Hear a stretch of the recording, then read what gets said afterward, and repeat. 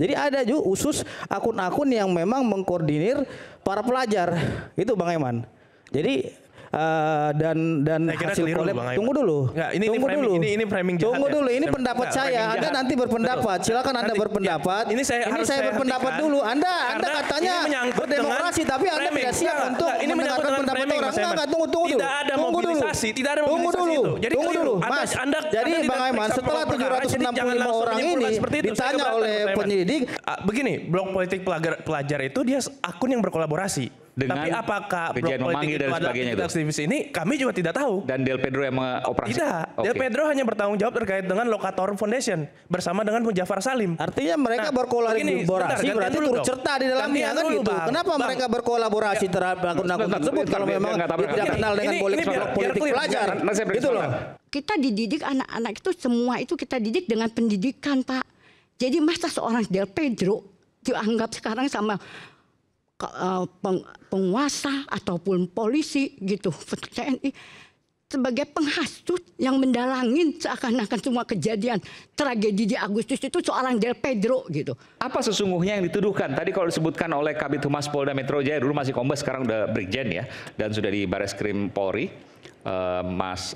Bang Ade Arisham ya, itu penghasutan dan penghasutan melalui media elektronik terkait dengan tindak pidana. Apa yang dilakukan sesungguhnya? Ya, tes. Mungkin konstruksinya begini, Mas Aiman ya. Pasal yang dikenakan itu ada beberapa delik. Ya. Pertama itu ada pasal 160 KUHP, itu berkaitan dengan delik penghasutan di muka umum. Ya. Yang kedua itu terkait dengan pasal 76H, Undang-Undang Perlindungan Anak. Dan yang ketiga itu pasal 45 ayat 3 Undang-Undang Informasi. Tentang apa itu? Tentang berita bohong yang menimbulkan kericuhan. Berita bohong yang menimbulkan huru-hara lah, kericuhan. Bisa sebutkan nggak berita bohongnya apa? Kalau ngomongin berita bohongnya apa? Versi yang kemudian dituduhkan kan, ya, tentunya. Jadi konstruksinya ini pun kita sebenarnya kebingungan, Mas Aiman, terkait dengan delik yang kemudian dibangun oleh penegak hukum.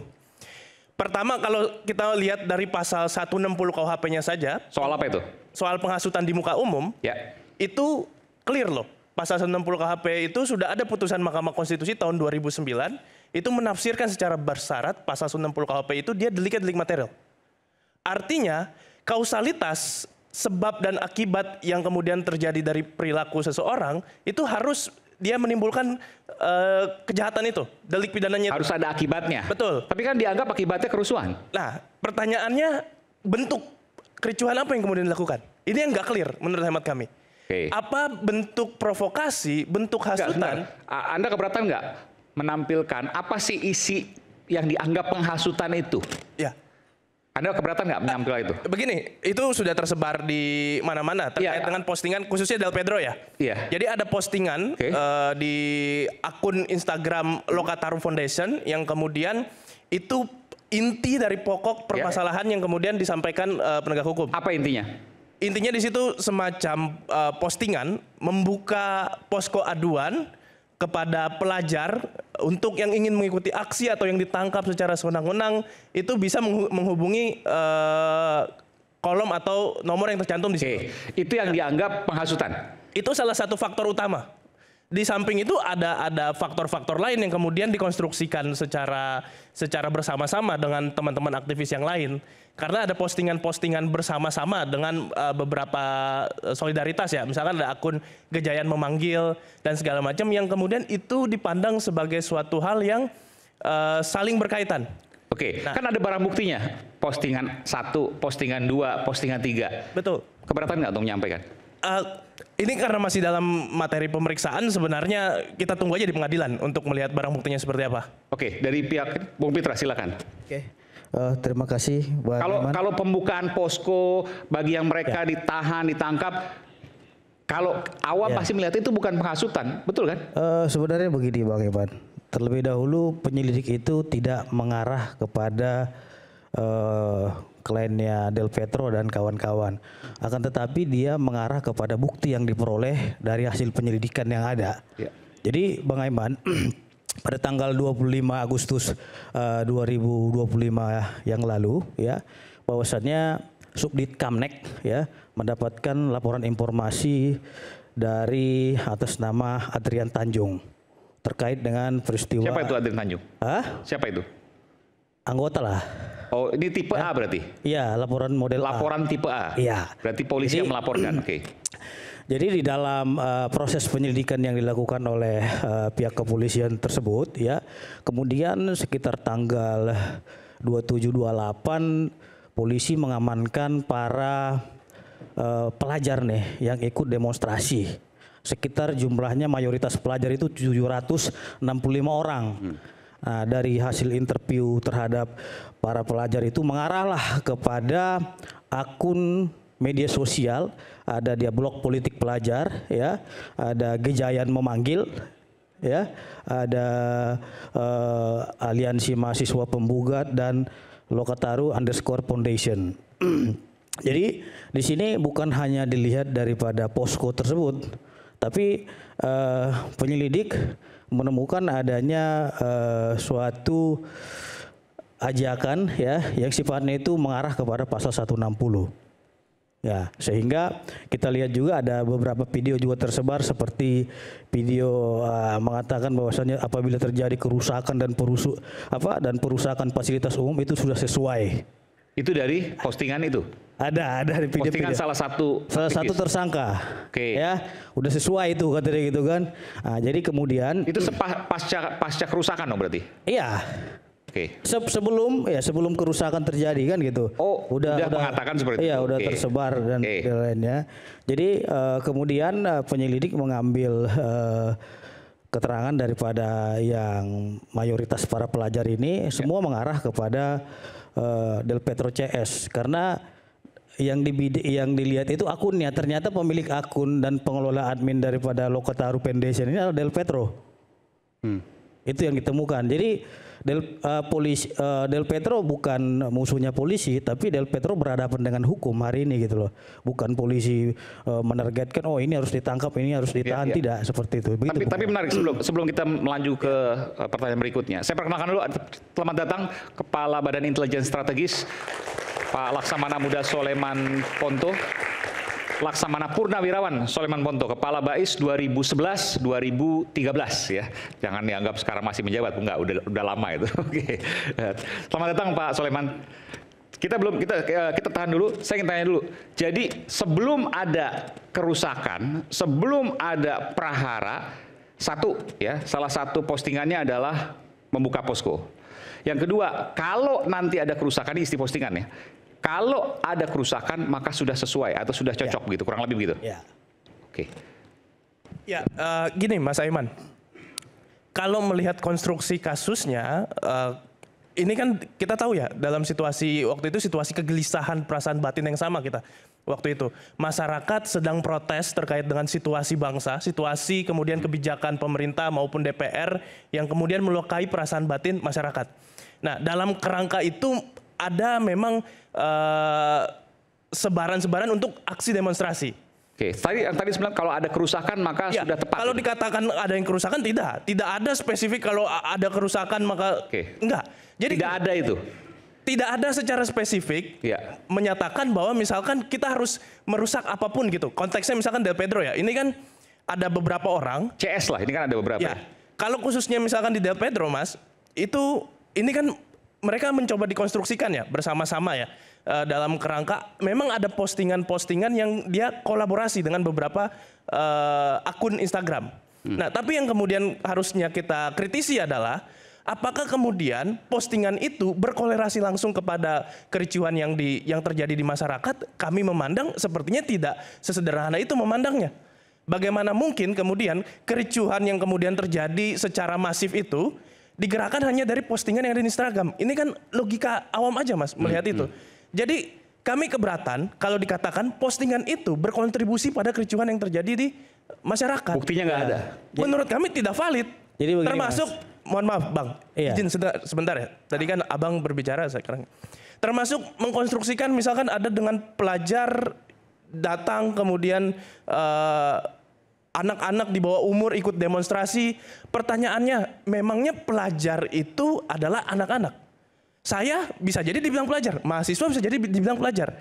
Itu kan hal yang kemudian spesifik loh. Kalau kita bicara hukum itu ada yang namanya prinsip lex serta, lex stricta, lex scripta. Hukum itu dia harus jelas, harus tegas, dan kemudian harus tertulis. Nah, dalam kerangka itu makanya kami selalu mengkritisi, wah nggak bisa sembarangan ini menarik delik seseorang melakukan tindak pidana seluas ini. Nah, ini yang kemudian kami kritisi, Mas. Oke.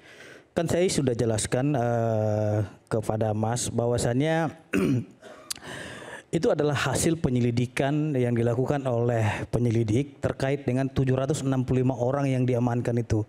Mereka memberitahukan bahwasannya ia mendapat ajakan dan berupa di media sosialnya Lokataru Foundation dan Gejayan memanggil blog politik pelajar itu dari mereka gitu loh. Jadi bukan ujuk-ujuk polisi, oh ini karena ini nih gitu, karena ini nih. Tidak. Itu hasil daripada interview yang dilakukan terhadap 765 orang tadi, sehingga mengarah ke sana. Dan setelah diterusi Bang Aiman, ternyata adminnya ya mereka. Oke, tapi begini, tadi pertanyaannya menantang juga. Dari mana kemudian bisa disimpulkan bahwa prahara itu karena postingan-postingan yang tadi disampaikan oleh para aktivis? Oke, penyidik mendapat suatu keterangan yang diambil dari keterangan ahli. Sebagaimana ahli menyimpulkan baik dari ahli bahasa, ya, ahli ITE dan ahli pidana, sehingga penyelidik melakukan gelar perkara pada tanggal kalau nggak salah 29 Agustus ya untuk ditingkatkan ke penyidikan dan SPDP-nya dikirimkan kejaksaan hasil daripada bukti permulaan yang cukup tadi, yaitu dari keterangan saksi dan keterangan ahli. Begitu Bang Aiman. Artinya akan bisa dibuktikan di pengadilan kelak bahwa postingan tersebut dan memunculkan prahara. Ya, dan yang dipersoalkan oleh Mas tadi juga mereka sudah mengajukan pra peradilan di Pengadilan Negeri Jakarta Selatan terkait dengan administrasinya. Ya, apakah memang terkait dengan penetapan tersangka tersebut sah atau tidak. Ternyata pra peradilan yang diajukan oleh teman-teman Del Petro CS ini ditolak oleh Pengadilan Negeri Jakarta Selatan dan prosedural yang dilakukan oleh kepolisian telah sah dan sesuai dengan ketentuan hukum. Begitu. Ya, tapi kalau pra peradilan kan 99% pasti gagal. Ya. Betul ya. Ya. Jadi maksudnya meskipun itu mungkin kita hormati ya. Ya, ada sedikit yang perlu saya luruskan ya, Mas Aiman ya. Terkait dengan prosedur gelar perkara yang kemudian disampaikan.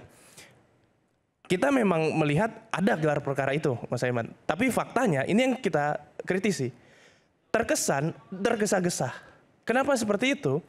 Karena gelar perkara itu dilakukan dalam masa yang sangat relatif singkat antara pemeriksaan saksi-saksi dan kemudian. Tapi soal pra peradilan tadi gimana? Kalau saya katakan ya bukan 99% itu istilah aja ya, tapi mayoritas pasti akan kalah si terdakwa. Ya, ini juga kritik. Tersangka. Begini, artinya sudah clear semuanya bahwa sudah diuji di pra peradilan, tinggal kemudian melanjutkan proses hukumnya. Bagaimana Anda menanggapi itu? Betul.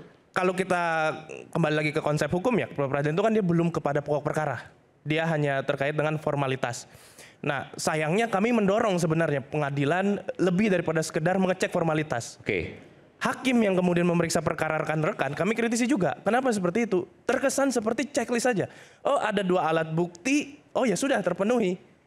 Tanpa kemudian melihat apakah 2 alat bukti itu sudah sesuai prosedur atau tidak.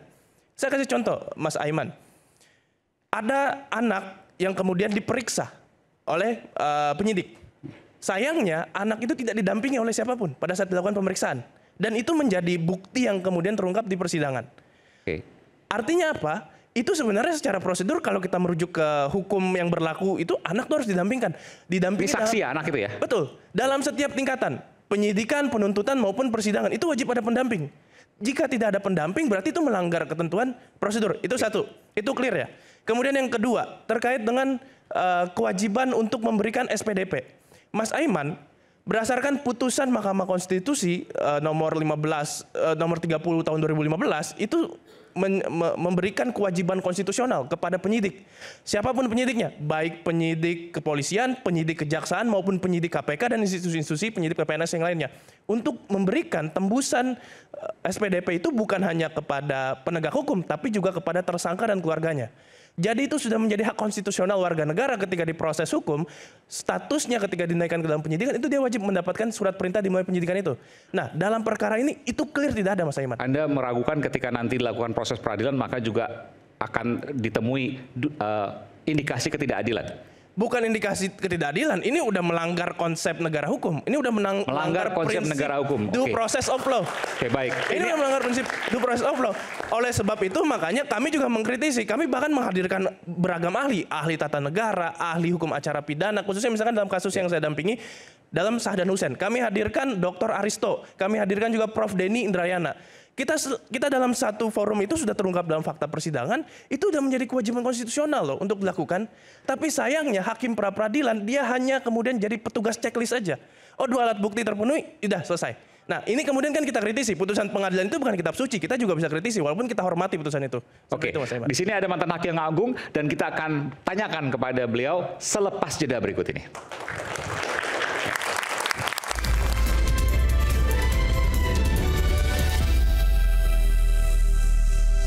Sebagian besar tersangka di pra peradilan kalah. Tadi disebut bahwa ada kejanggalan. Hanya checklist, tapi tidak dilihat mendapatkan bukti di mana. Ada anak tadi yang kemudian dimintai keterangan tanpa didampingi oleh penasihat hukum. Oleh siapapun bahkan. Dan dia di bawah 18 tahun. Statusnya saksi. Oke, silakan. Begini, kalau disebutkan sebagian besar lebih dekat lagi, Pak. Putusan pra peradilan itu pemohon agak jarang dikabulkan. Jarang dikabulkan, ya. Betul ya? Ya, nyatanya begitu. Kenapa? Nah, kenapa ini haruslah diperhatikan secara jauh ya. Ini kan pra peradilan itu prosesnya hanya mendasarkan 2 hal. Kalau di Indonesia itu memang kepada hal-hal sebelum dinyatakan bersalah dia harus dianggap tidak bersalah. Presumption of innocent. Tapi pre-trial di banyak negara common law memang itu kepada hak asasi manusia. Pre-trial itu pra-peradilan maksudnya? Ya, pra-peradilan di banyak negara yang hampir sama ya isinya. Adalah mengukur apakah HAM dari yang bersangkutan ada pelanggarannya. Disebut sebagai konsep habeas corpus dasarnya itu. Jadi agak sedikit berbeda. Tapi keduanya memiliki tujuan yang sama. Kenapa jarang sekali dikabulkan? Karena petugas-petugas yang penyidik paling tidak itu sudah memiliki pengalaman. Jarang sekali dia itu melanggar. Kepolisian dalam hal perkara ini. Tapi tadi soal anak tanpa didampingi siapapun? Ya tentu kita tidak tahu sejauh apa hal itu. Tapi kira-kira konsepnya karena para penyidik itu sudah berpengalaman. Kecil sekali bahwa dia akan dipersalahkan, bisa dipersalahkan. Itu dasar logika.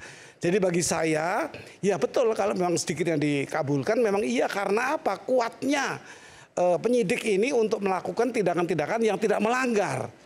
Tapi ini kan bukan bicara keadilan, ini bicara prosedural. Keadilan ada pada perkara nanti apabila ini ditolak atau diterima.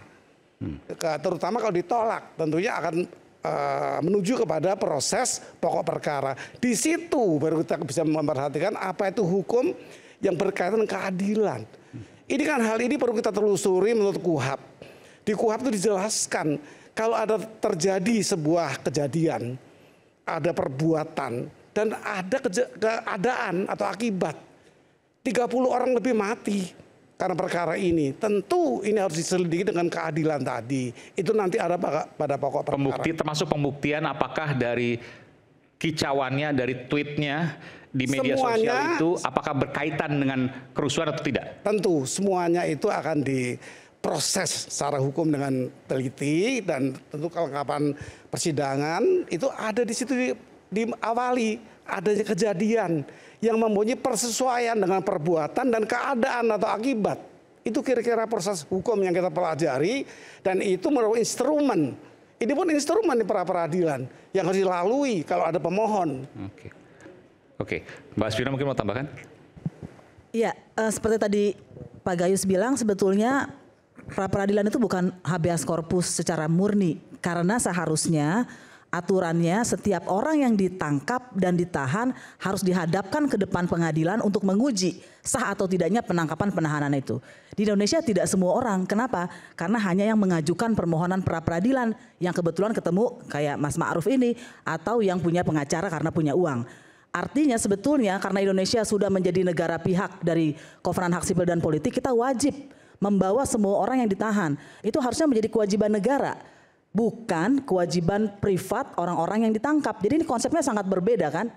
Kalau dia negara yang punya kewajiban, siapapun dia langsung dibawa. Seperti di film-film begitu kan, dinilai. Dibawa maksudnya gimana? Dibawa ke depan pengadilan. Jadi dia harusnya disidangkan. Dia harusnya disidangkan siapapun yang ditahan. Kalau di Indonesia kan tidak. Hanya yang mengajukan Ini maksudnya pre-trial ya? Betul. Oke, ini sebelum sidangnya. Betul, itu pre-trial. Peradilannya kalau di sistem negara lain yang berbeda dengan kita, mereka selalu ada pra-peradilan itu. Betul, dari Indonesia tuh sudah menandatangani Kovenan Hak Sipil dan Politik, sudah diundangkan dengan Undang-Undang 12 2005, yang di dalam salah satu ayatnya mengatakan setiap orang yang ditangkap dan ditahan harus dibawa ke depan pengadilan untuk diuji sah atau tidaknya penangkapan atau penahanan itu. Indonesia tidak punya. Karena pra-peradilan itu hanya dibebankan kepada keluarga atau tersangka itu untuk mengajukan. Bukan polisi yang harusnya membawa itu ke pengadilan. Itu yang pertama.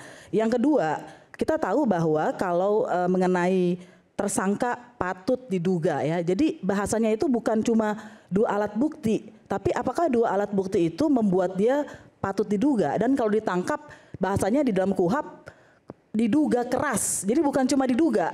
Artinya KUHP mengatakan orang bisa jadi tersangka, tapi untuk ditangkap, ditahan itu ada derajatnya.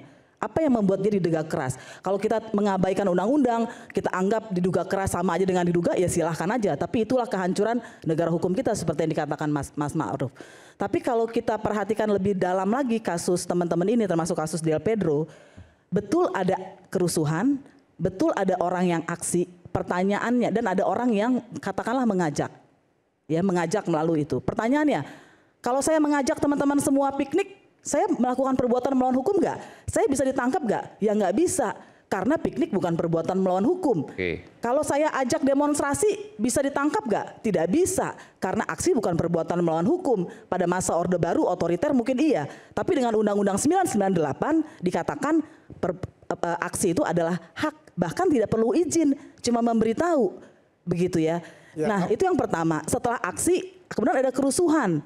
Pertanyaannya, apakah yang diajak itu yang melakukan kerusuhan? Kita nggak tahu karena tidak ada pengungkapan peristiwa kerusuhan itu. Siapa yang melakukan? Kausalitas tadi. Betul, kausalitas hubungan sebab akibat. Tentu undang-undang itu tidak bisa memuaskan semua orang. Jadi artinya kalau keberatan dengan aturannya, dengan normanya, ada jalurnya. Ya silakan diuji atau silakan dipersoalkan. Tapi apa yang dijalankan oleh Polda Metro Jaya bagi saya ya hanya mengukur apa yang ada di undang-undang di KUHP. Itu bagi saya. Jadi kalau mau dipersoal lain ya silakan. Sebetulnya kalau buat saya bukan masalah undang-undangnya. Penyidik dalam hal ini tidak mengikuti undang-undang. Begitu kalau untuk soal yang sebab akibat. Kan tidak mengikuti undang-undang maksudnya? Kan begini.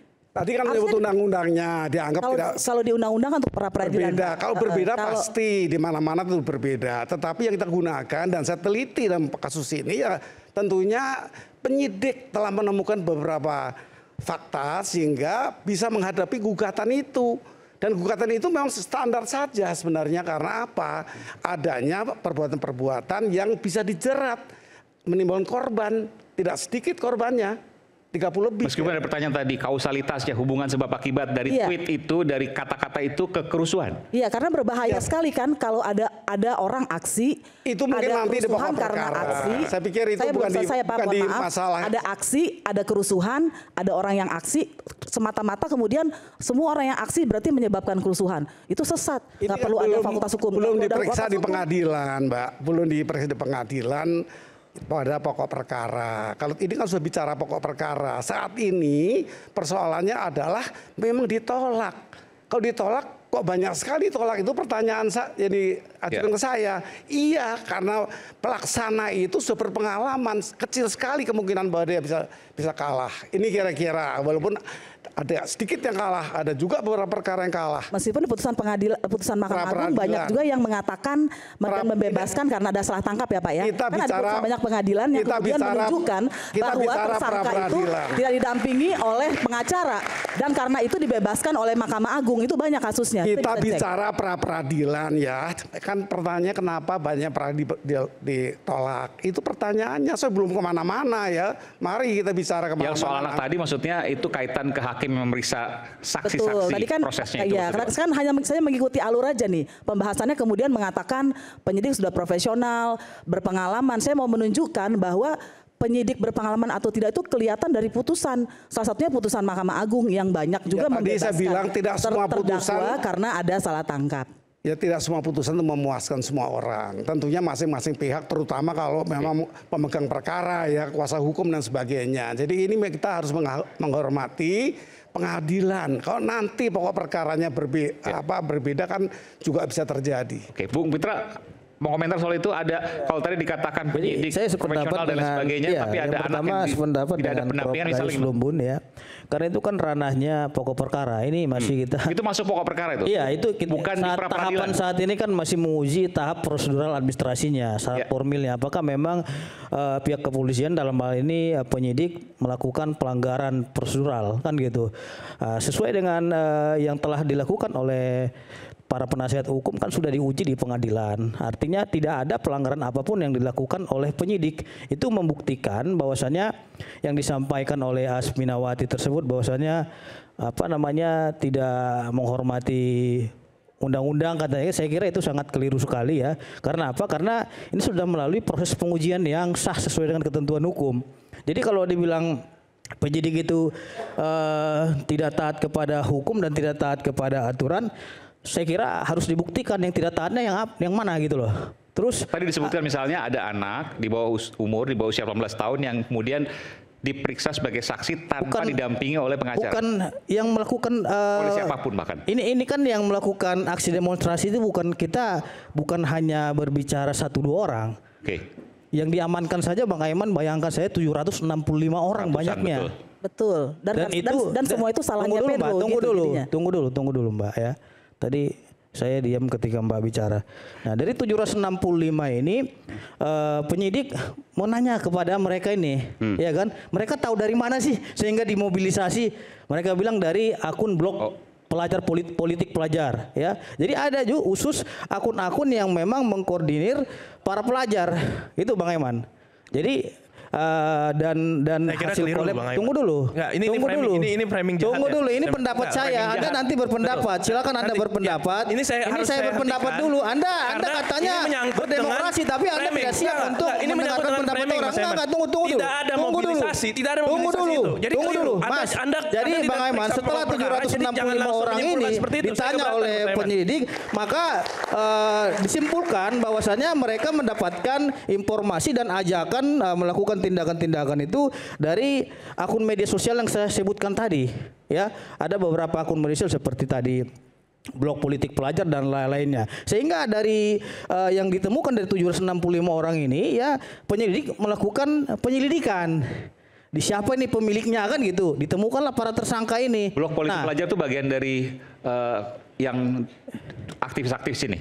Begini, blog politik pelajar itu dia akun yang berkolaborasi. Tapi apakah blog politik itu adalah aktivis ini, kami juga tidak tahu. Dan Del Pedro yang mengoperasi? Tidak, Del Pedro hanya bertanggung jawab terkait dengan Lokator Foundation bersama dengan Jafar Salim. Artinya mereka berkolaborasi berarti turut serta di dalamnya kan gitu. Kenapa mereka berkolaborasi terhadap akun-akun tersebut kalau memang tidak kenal dengan blog politik pelajar? Gitu loh.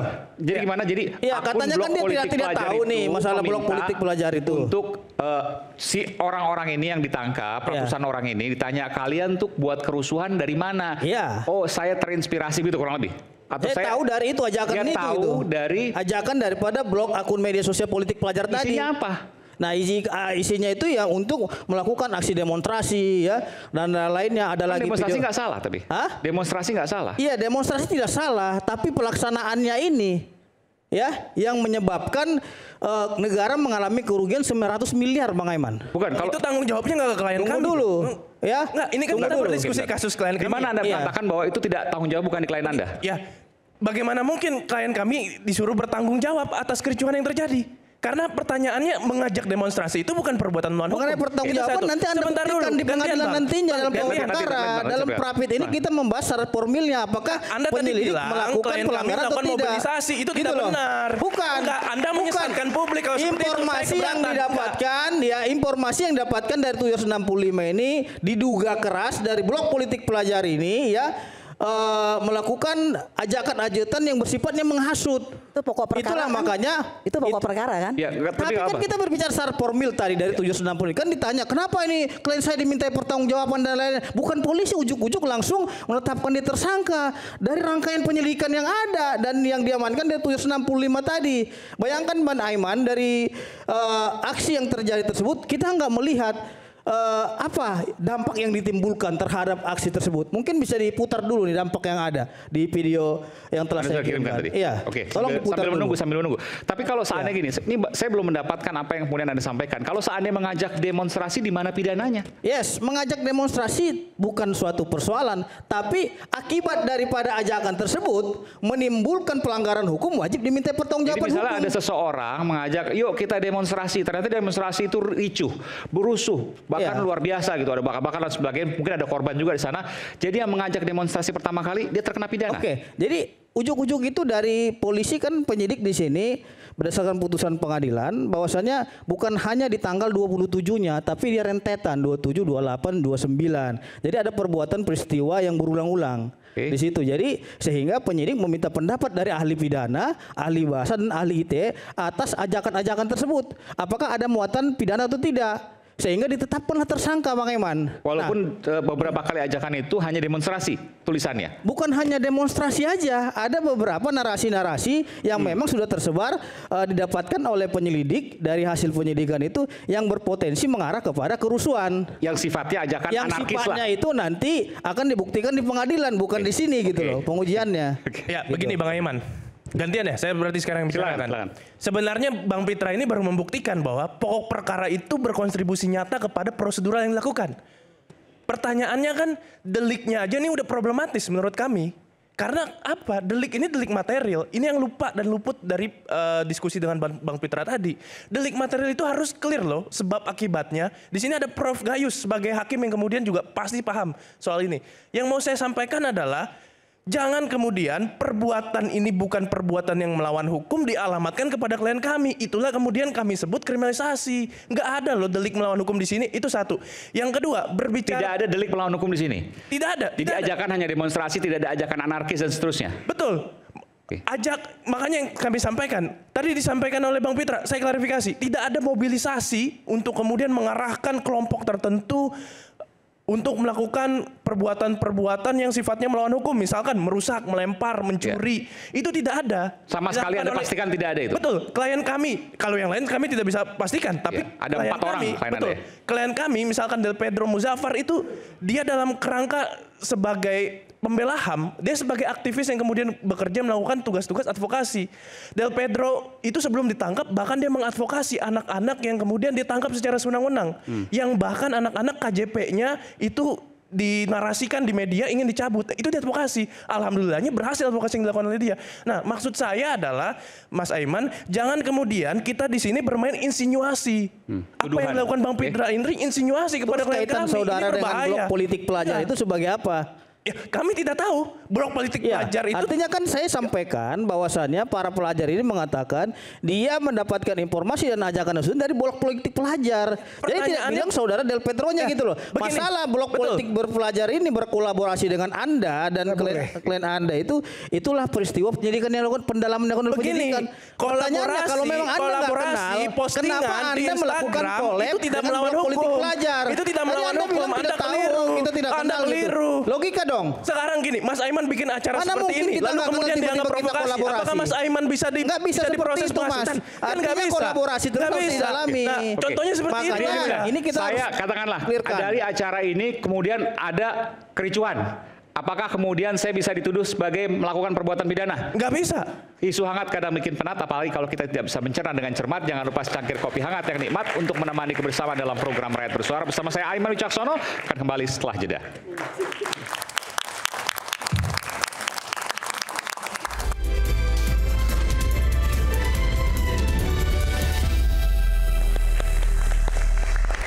Ini ada hal yang menarik yang kemudian bisa dibahas.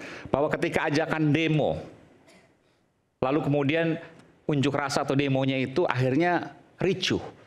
Maka yang mengajak demo tadi terjerat pidana. Sebelum saya ke Prof Gayus mau punya argumentasi soal itu. Saya ke Bang Ubed. Bang Ubed silakan. Ya, saya kira sejak awal Indonesia merdeka, kita memilih jalan demokrasi. Dan kemudian juga sangat clear bahwa kita memilih jalan sebagai negara hukum. Dalam perspektif demokrasi, dan kita bisa banyak baca di sejumlah jurnal ya, bahkan buku-buku yang sangat kredibel tentang demokrasi, di antara ciri negara demokrasi adalah membuka ruang partisipasi publik. Nah, demonstrasi itu adalah ruang partisipasi publik yang dijamin oleh konstitusi kita. Jadi sebetulnya aneh kalau kemudian orang mengajak demonstrasi dianggap sebagai provokasi. Orang mengajak demokrasi dianggap sebagai provokasi. Itu kesalahan nalar sebetulnya. Yang terjadi menurut Anda dalam kasus ini seperti itu? Iya. Oke. Nah, dari situ sebetulnya kita bisa melihat juga bahwa ketika posisi menggunakan media sosial mengajak orang demonstrasi itu bukan dimaknai sebagai provokasi kan. Nah, lalu kemudian di pihak aparat membangun satu argumen kausalitas kan, bahwa itu karena ajakan demonstrasi lalu orang rusuh. Itu jumping, terlalu jauh.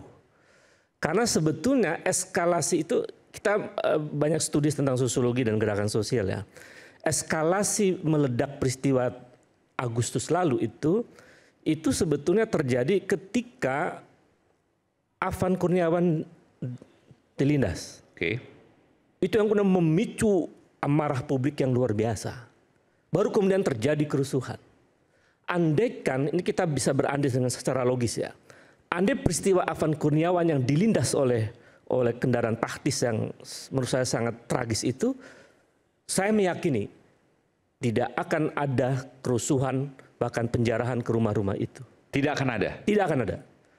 Proses peristiwa tragis itu yang menjadi faktor yang kemudian menyebabkan kerusuhan. Argumen teoretiknya adalah argumen tentang amuk massa sebetulnya. Situasi amuk massa itu dalam banyak riset menunjukkan bahwa situasi ketika orang berkerumun lalu ada pemicu yang menghipnotis perasaan mereka, yang terjadi adalah irasionalitas. Kerumunan itu adalah entitas yang irasional. Ketika ada pemicu yang menghentakkan jiwa dan pikirannya, dia akan meledak. Dengan argumen ilmiah itu, saya meyakini tidak ada hubungan antara narasi ajakan demonstrasi Del Perdo dan kawan-kawan itu dengan kemudian kerusuhan. Itu tidak ada. Nah, kemudian saya tahu mempelajari media sosial ya, sejauh mana sebuah media sosial itu kemudian memberikan pengaruh kepada orang, lalu kemudian orang itu melakukan tindakan. Instagram, blog politik pelajar, kemudian Instagram Gejayan memanggil, itu tidak ada korelasinya dengan orang melakukan tindakan kerusuhan. Karena mereka sepanjang bertahun-tahun, itu yang diajak adalah bagaimana memperjuangkan hak asasi manusia, bagaimana memperjuangkan demokrasi, bagaimana memperjuangkan keadilan. Jadi ketika melihat hubungan antara media sosial dengan tindakan rusuh, itu kita bisa melihat, polisi saya kira harusnya lebih cerdas ya, atau menggunakan akal lebih dalam begitu. Apakah media ini track recordnya itu adalah melakukan satu provokasi. Sepanjang yang saya tahu, blog politik pelajar mengedukasi politik anak-anak pelajar, mengadvokasi anak pelajar. Jadi secara kronologis itu saya lihat tidak ada tuh korelasi mereka dengan tindakan anarkisme itu. Okay. Yang justru tindakan anarkisme itu dilakukan oleh kelompok-kelompok yang maaf saya sebutkan dalam tanda petik kelompok-kelompok mungkin orang mengenal disebut sebagai anarko ya. Okay. Atau kelompok-kelompok yang anarkis yang berkorelasi bahkan dengan maaf saya sebutkan dengan jejaring dari dugaan kuatnya dengan aparat. Bukan dengan Del Pedro begitu. Lalu kan kemudian orang bertanya, ini kok rusuhnya seperti di skenario gitu kan. Lalu aktornya siapa? Nah dari situ kita bisa melihat, oh tidak ada korelasi antara media sosial yang disampaikan oleh Del Pedro dan kawan-kawan dengan kerusuhan. Itu sama sekali tidak ada hubungannya. Ini karena bicara soal psikologi massa, saya ingin ke Kepala BAIS 2011-2013, Laksamana Muda Purnawirawan, Soleman Ponto. Silakan Pak Soleman, Anda mau menyampaikan apa? Jadi kalau seandainya hanya mengajak demonstrasi lalu terjadi kerusuhan bukan salah dari ajakan itu. Ya, karena di kita sekarang ini yang dihukum adalah yang mengajak. Kan yang berbuat itu. Yang mengajak, siapa yang mengajak? Kalau ajakan itu terbukti, ya itu yang jadi sasaran. Tapi kan begini, ketika dia mengajak untuk demonstrasi, bisa jadi terjadi demonstrasi aman. Ketika dia mengajak demonstrasi, bisa jadi terjadi demonstrasi yang rusuh. Karena tadi misalnya ada insiden Afan Kurniawan. Kan beda-beda. Ya bisa Bukan saja. karena ajakannya, ini logika sederhana. Ya nanti kan di pengadilan baru akan diikutin apa masing-masing siapa berbuat apa di pengadilan kan bisa didalami nanti di situ. Ya ini perang bagaimana dari jaksa dan si advokatnya. Oke. Apa kata tuntutan, apa kata pembelaan, apa buktinya berkata apa ya di situ silakan aja. Tetapi bagi petugas mana yang dilihat duluan itu, apa yang didapat duluan ya itu. Ya.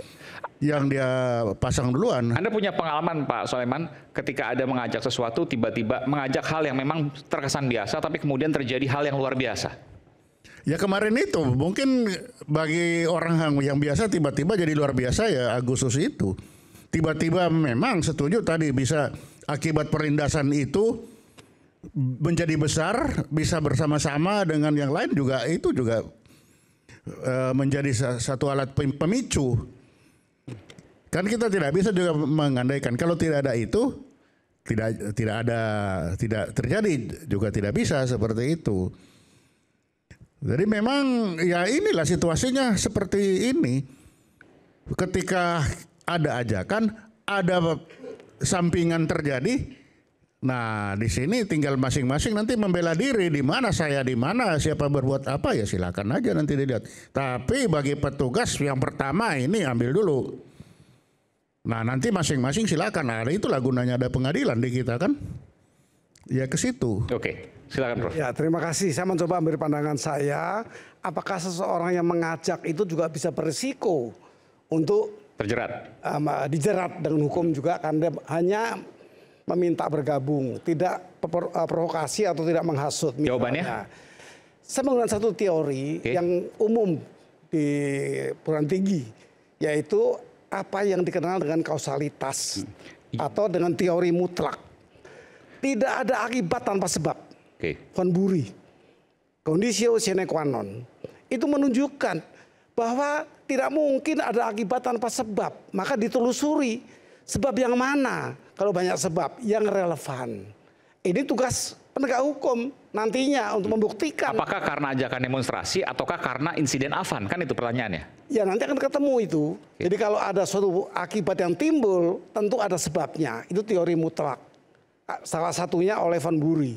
Masih ada teori lain. Karena begini, kalau seandainya hal ini kemudian tidak bisa dijawab secara logika, tentu logika publik akan mengatakan bahwa jangan-jangan nanti ini adalah mencari kambing hitam, kan begitu? Penegak hukum akan sangat tahu. Kita percayakan kepada penegak hukum dari kepolisian, kejaksaan maupun hakim. Tentunya begitu. Boleh curiga sama hakim, boleh curiga sama kepolisian, tapi itu instrumen yang harus kita ikuti. Jadi jangan terlalu mudah untuk mengatakan ini dihasut oleh yang menyuruh, juga belum tentu.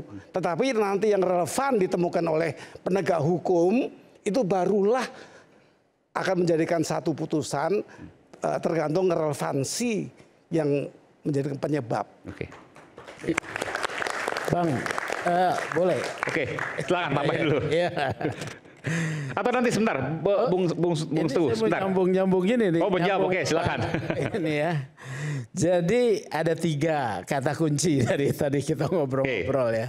1, berwenang dan prosedural ya. 2, apes atau sial ya. 3, proses yang tidak lengkap. Ini saya mau katakan ya. Jadi begini loh. Yang pertama dulu, yang pertama tadi? Tadi berwenang dan prosedural. Oke. Dalam demo 25 sampai tanggal 1 katakan September, ya, 1 September. Itu kan memang ada peristiwa pembakaran ya. Ada pengerusakan. Ini disebut peristiwa pidana ya. Kemudian yang merusak diduga adalah warga sipil ya.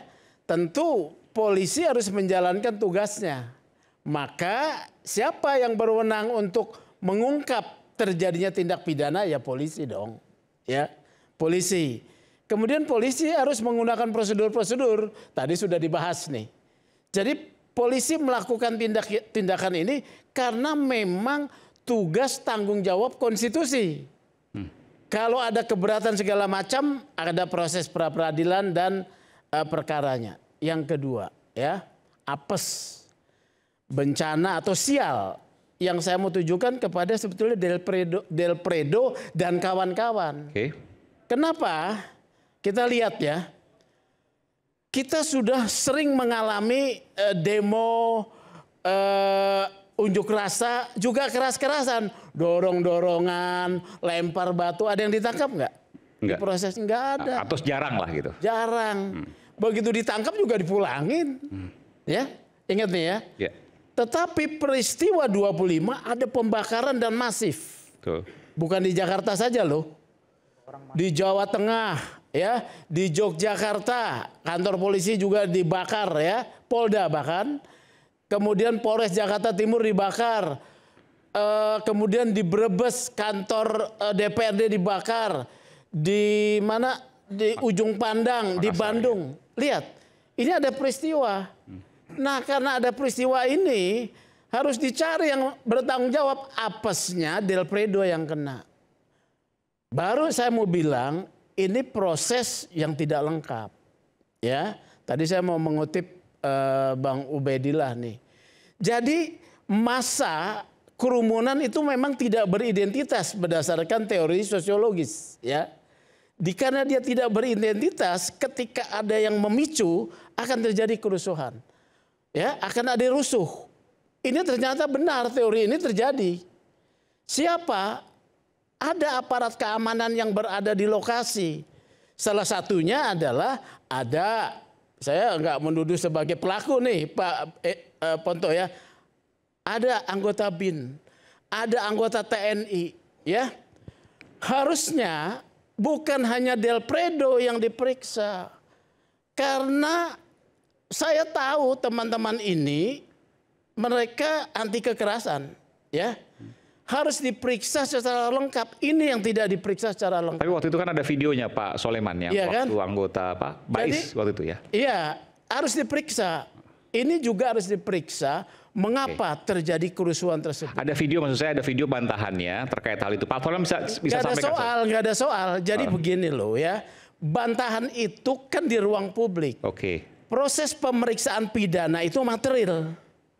Material itu membedah semua keterangan fakta dan tidak bisa dilewatkan, tidak diminta keterangan.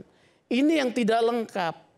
Tetapi karena aparat tersebut adalah aparat yang di luar kewenangan polisi, mendapatkan kehambatan atau gap prosedural, ya. Maka semua harus diperiksa. Harusnya semua diperiksa. Begitu loh ya, termasuk yang ada di lokasi misalnya TNI gitu. Pak Soleman bisa tambahkan soal itu?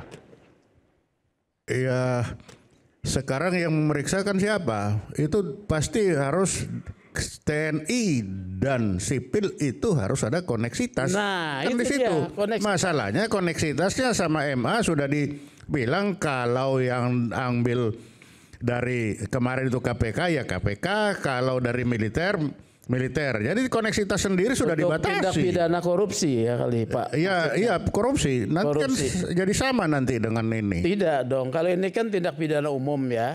Ya silakan. Kalau tindak pidana umum harus ada kebijakan bersama aparatur negara. Dalam hal ini katakanlah siapa? Panglima TNI dan Kapolri untuk bersama-sama menetapkan. Ini kita periksa secara mendalam, ya. Jadi sebenarnya kemarin kan ada, Pak. Itu makanya si tentara-tentara ini kan datang ke polisi. Itu kesempatan. Yang mana, Pak? Ditolak itu yang melaporkan itu kan. Yang mana? Lo bukan. Itu kan mau melaporkan yang orang. Melaporkan Ferry Irwandi waktu itu. Itu kan jalan masuk. Bukan dong. Enggak itu. Tapi kalau nggak dikasih jalan masuk. Sebentar, saya bentar. Jadi apa yang diharapkan ketika melaporkan Ferry Irwandi pada waktu itu di situ terbuka semua? Iya, di situ kesempatan. Mari kita bikin ini di koneksitas. Oh pintunya Ferry Irwandi. Kalau Ferry Irwandi kan Bukan, TNI bukan datang ke polisi untuk mengusulkan koneksitas. TNI datang ke polisi mau melaporkan Ferry Irwandi, Iya, itu beda. Betul Pak, tapi itulah pintu. Kalau tidak ada pintu itu yang mana bisa Oh, tidak masuk. bisa kalau menurut saya ya. Itu. Harusnya berangkatnya dengan koneksitas. Bentar, ya. pintu gimana maksudnya Pak? Nah, koneksitas itu bisa terjadi kan kalau ada apa? Ya ada yang jelas kemarin si tentara merasa saya kok dibeginikan, datang dia laporan. Nah laporan inilah yang nanti dikembangkan dari sana. Kalau begitu, mari kita karena Ferry yang dilaporkan ini sipil, yang melaporkan militer, kita bikin koneksitasnya. Nah di dalam koneksitas ini baru akan muncul semuanya. Itu kan pintu masuk aja. silakan. Kalau tidak ada pintu masuk, bagaimana mau masuk kita? Nggak mungkin lewat jendela kan, gitu. Jadi baik. memang harus ada keputusan.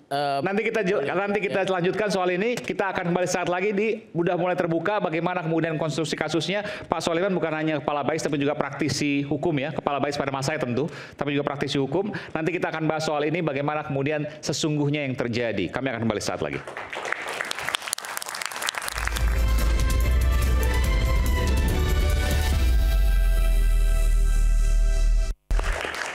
Di sini bukan hanya ada perdebatan, berpikir kritis soal bagaimana argumentasi dari berbagai pihak. Tapi kami ya, rakyat bersuara juga menghadirkan Ibu Magda Antista, ibunda dari Del Pedro Marhain. Selamat malam Ibu. Malam. Iya, bisa lebih dekat lagi. Malam. Iya. Ibu Magda, saya sebut Ibu Magda ya. Sudah menjenguk terakhir kapan Bu? Tadi barusan Bu? Ya, di Rutan Salemba. Di Rutan Salemba. Apa yang Ibu sampaikan kepada yang bersangkutan? Atau apa komunikasi seperti apa yang disampaikan? Bisa lebih dekat lagi Bu ya?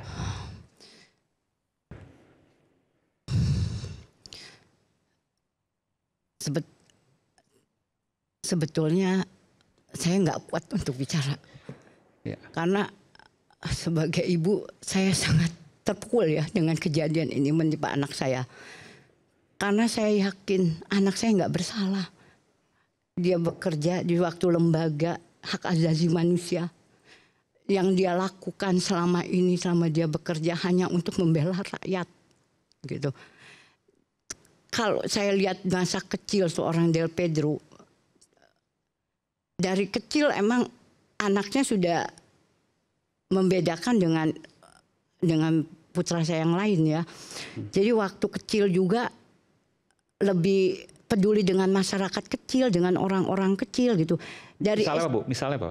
Seperti di SD. Di SD itu kalau dia dikasih bekal sekolah, nah nanti pada waktu dia pulang sekolah, tukang es jualan es minuman itu selalu minta uang ke saya untuk belum bayar, adik belum bayar. Ternyata uangnya dikasih untuk anak orang yang nggak mampu, tukang beca seperti itu. Nah dari kecil mungkin karena namanya Marhen sehingga jiwa dia benar-benar dia jiwa yang bersosial, peduli dengan rakyat kecil, peduli dengan orang-orang tidak mampu gitu. Itu sudah kelihatan dari kecil itu. Dari SD Bu ya? Dari SD. Jadi dia minta uang jajan. Tapi nggak dipakai. Dia kasihkan ke orang-orang yang membutuhkan. Betul, karena dia sesekali kemudian dia ingin es misalnya. Iya beli minuman. Beli minuman. Dia nggak bayar. Dia nggak bayar. Tukang esnya bilang mungkin dia waktu itu bilang ke tukang esnya, nanti minta langsung ke ibu saya. Iya, karena saya jemput kan pulang sekolah. Gitu. Nah, terus ibu tanya kepada dia yang bilang bersangkutan. dikasih karena di situ SD negeri. Jadi maaf banyak banget orang-orang ya nggak mampu gitu kan. Jadi banyak orang-orang nggak mampu karena SD negeri. Nah, jadi dia suka ngasih gitu. Nah, makanya saya betapa kecewa, betapa kok para polisi, Polri menstigmakan anak saya sebagai penghasut. Yang membuat tadi apalagi saya barusan mendengar ya sendiri dari Pak Petra, seakan-akan kerusuhan terjadi di bulan Agustus Kelabu ini itu dengan dalangnya anak saya. Kan barusan statementnya seperti itu. Padahal anak saya dari dia SD, SMP, SMA itu udah benar-benar dia dengan dunia politiknya gitu ya. Dia di sekolah ikut perlombaan debat gitu, debat politik gitu ya. Dari SMA? Dari SMA. Okay. Nah terus terus kuliah mau jurusannya hukum karena kebetulan ikut bapaknya kan dokter. Nah dari hukum juga kan. Dokter hukum apa? Betul. Jadi kita dididik anak-anak itu semua itu kita didik dengan pendidikan, Pak. Jadi masa seorang Del Pedro dianggap sekarang sama penguasa ataupun polisi gitu, TNI sebagai penghasut yang mendalangin seakan-akan semua kejadian tragedi di Agustus itu seorang Del Pedro gitu. Masuk nalar nggak gitu? Secara logika dia bekerja tuh di apa? Itu kan hak asasi manusia. Itu pembelaan dia apa? Dia berkorban untuk itu untuk rakyat. Tidak diberi kesempatan anak muda untuk berbicara, tidak nyaman dengan keadaan negara gitu. Di mana kan mereka untuk masa depan itu nanti anak-anak yang tumbuh untuk masa depan negara ini gitu.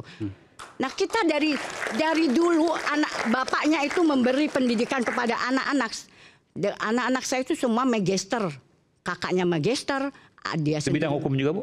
Kakaknya di administrasi publik. Okay. Nah Pedro magister hukum sekarang sedang menyelesaikan tesis di Universitas Veteran ya. Sedang kuliah S2 sekarang? Iya, dua kali kan di S2-nya. Pertama S2 hukum di Untar. Nah, sekarang S2 hukum di Universitas Veteran, jurusan ilmu politik. Iya. Kanan kiri Bu, UPN. Iya, ilmu politik. Dan dia SMA itu sudah ikut debat Pak. Di SMA-nya itu selalu untuk debat itu karena tahu ya pinternya dia, mungkin sekolah mengirim dia. Nah, dia sekarang terus pernah kerja sebagai wartawan di Bandung Bergerak. Dan dia sekarang asisten dosen gitu dan selalu memberikan penyuluhan ke universitas sebagai dosen tamu selalu dipanggil untuk gitu. Nah, saya ibu yang tahu dia dengan masa kecil dia segitu dengan pribadi dia itu nggak mungkin seorang anak saya melakukan hal seperti yang dituduhkan saat ini ya Pak sebagai penghasut. Terjadi besar-besaran kerusuhan seluruh Indonesia, hampir seluruh Indonesia. Masa seorang Del Pedro Pak gitu. Itu harus coba dicari siapa dalam semua Bu, ini gitu. Iya, tadi Ibu sebutkan suami Ibu, ayahnya Del Pedro adalah doktor hukum, betul Bu ya? Dia dokternya dari ilmu pemerintahan Pak. Oh. Kalau hukumnya tuh S1 S2. S1 S2 artinya bukan orang yang tidak paham hukum tapi orang paham. Iya. Oke. Apa yang disampaikan oleh Bapak terkait kasus ini? Iya, saya sebagai ibu dan ayahnya kita sebagai orang tua ya. Sebentar, Bapak tidak percaya. Suami Ibu ASN? Kenapa? ASN atau dosen, swasta? Pak. Dosen ASN atau? Dosen ada itunya. Iya, dosen. Dosen ASN? Enggak. Bukan, swasta. Baik. Apa yang disampaikan, Bu? Jadi ya menganalisa lah dengan kejadian anak ini. Hasilnya? Hasil analisanya? Ya yakin anak saya tidak bersalah. Kalau dari itu. Apalagi dengan peradilan kemarin ya. Dengan itu yakin sekali gitu. Dengan saksi ahli bicara. Dengan itu yakin nggak. Bapak juga selalu ikut untuk itu? Ikut. Yakin tidak bersalah anak saya. Yakin itu. Kebetulan tadi kata Pak siapa tuh bahwa mungkin Del Pedro berada di tempat yang sial aja. Ya. Apes, Pak Sugeng. Ya. Apes. Kebetulan terjadinya bukan dia, tapi orang lain, tapi dia harus dikambing hitamkan. Itu aja. Sampai detik ini Ibu yakin tidak ada satu titik pun Del Pedro? Tidak, yakin saya anak saya nggak bersalah. Gitu. Dan Ibu yakin nanti di pengadilan, karena pra peradilan sudah lewat Bu ya? Iya. Pra peradilan sah penetapan tersangkanya, penahanannya. Di pengadilan nanti Ibu yakin akan dibebaskan? Yakin. Karena cukup kita sebagai orang tua memberi dia pendidikan ya dengan pendidikan yang luar biasa. Dia tahu hukum, nggak mungkin dia seorang yang ngerti hukum akan berbuat hukum yang tidak baik ya. Makanya yakin saya anak saya nggak bersalah gitu.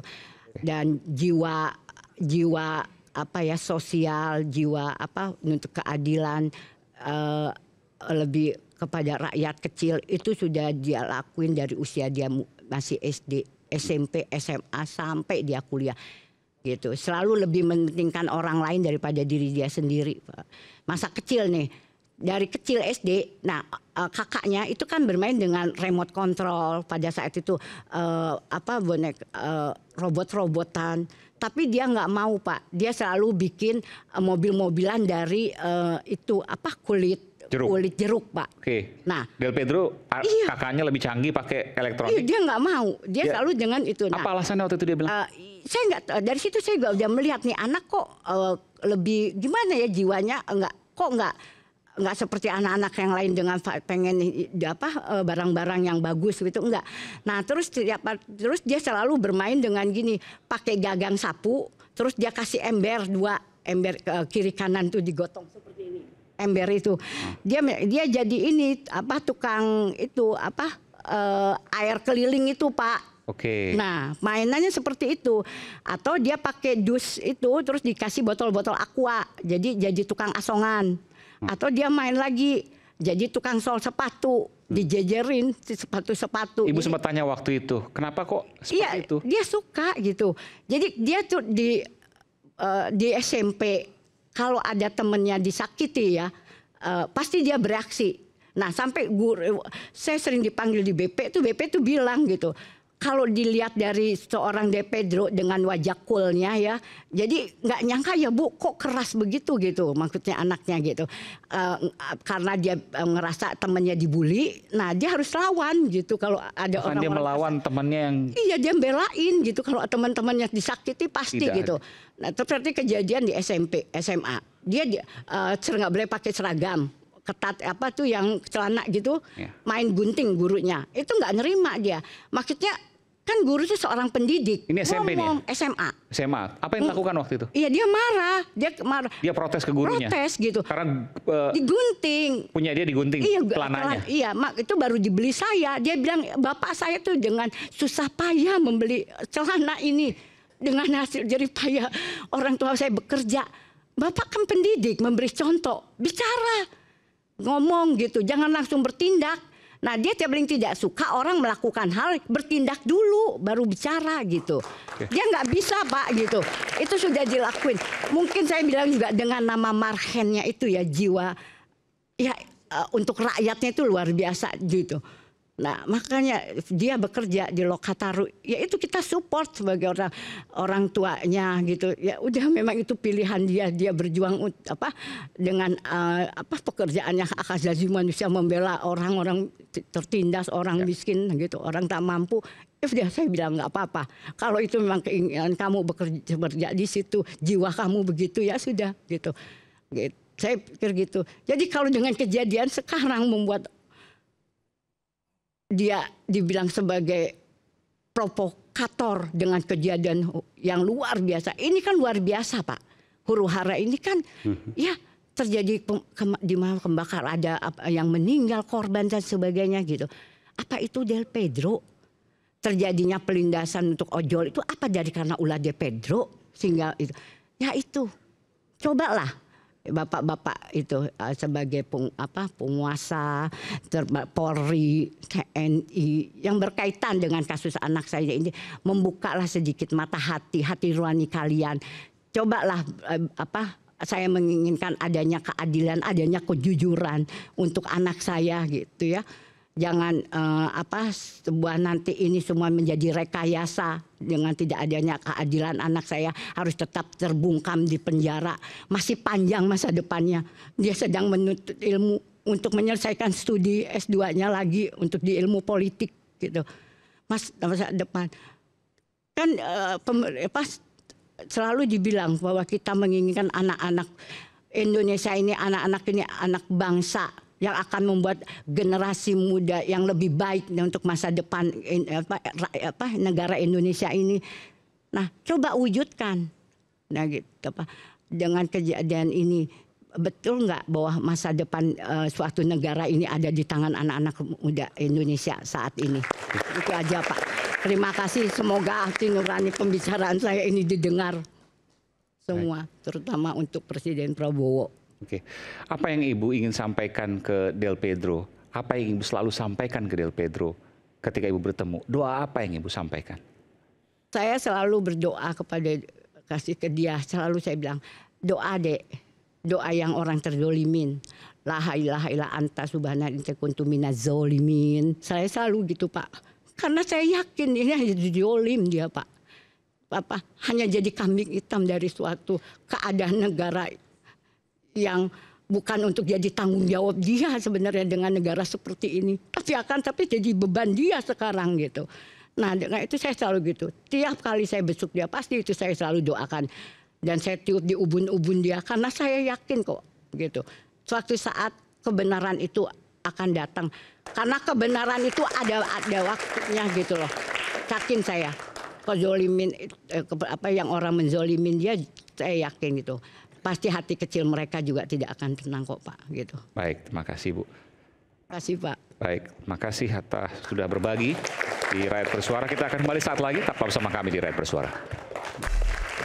Kembali di Rakyat Bersuara, saya ingin ke Mbak Asfinawati. Dari apa yang kemudian disampaikan tadi, apa yang Mbak Asfina ingin katakan?